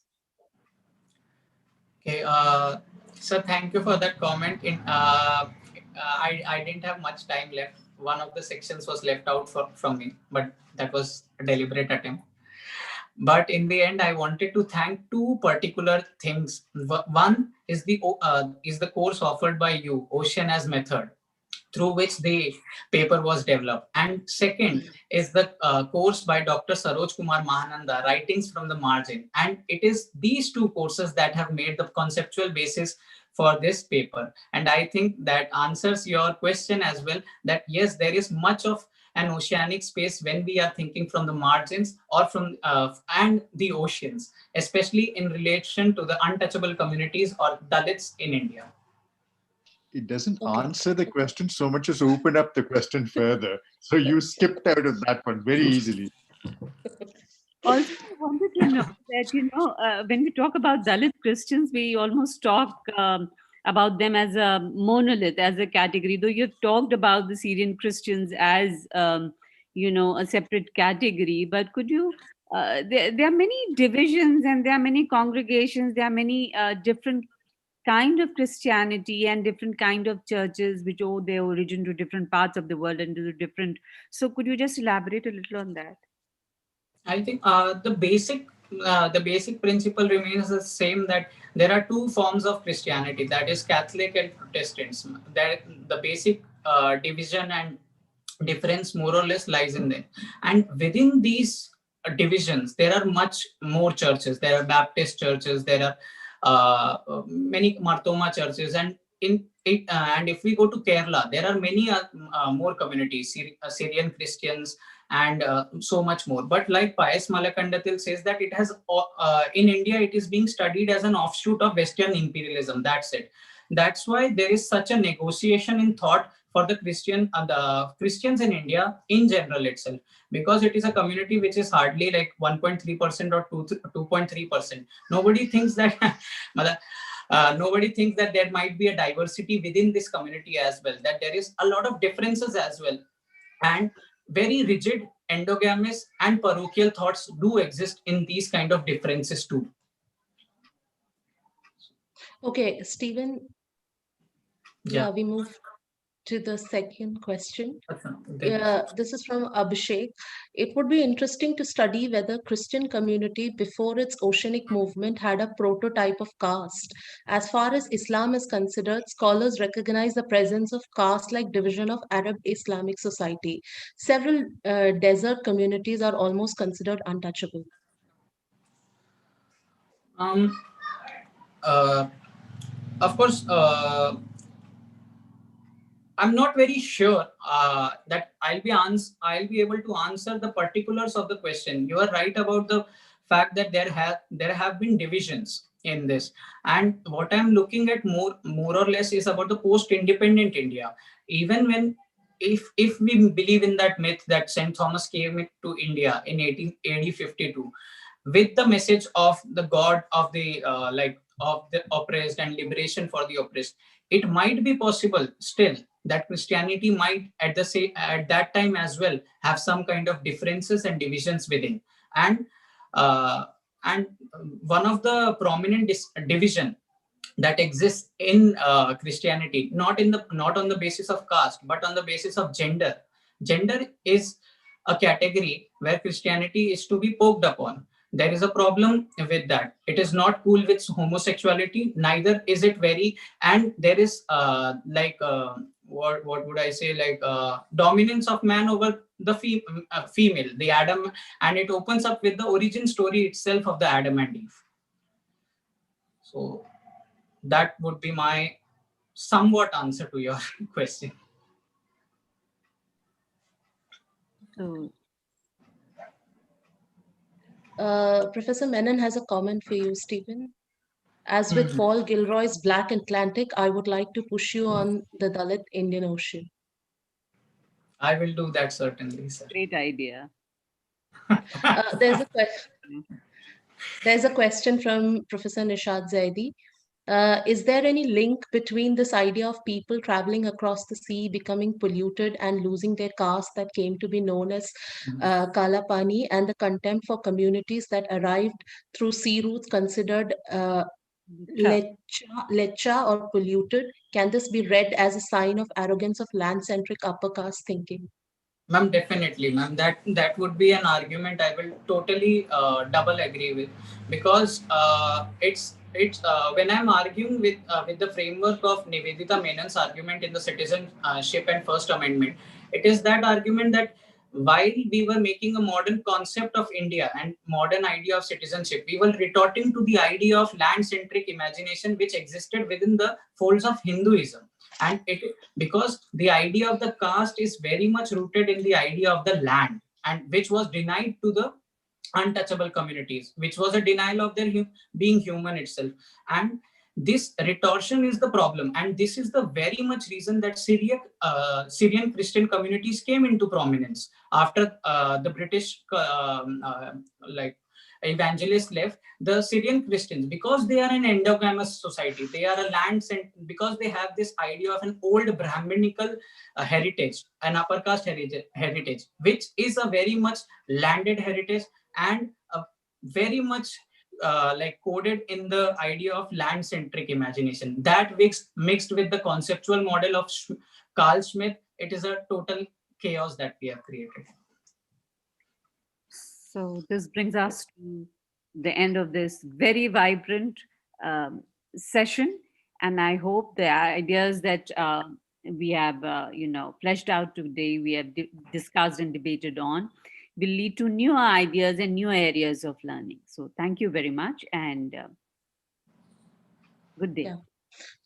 Thank you, everyone. So we break for lunch and we meet again after 2 hours and 30 minutes. So thank you. We have a session at 3:30 p.m., ma'am. Okay. So thank you, everyone, for joining us. Thank you. Bye.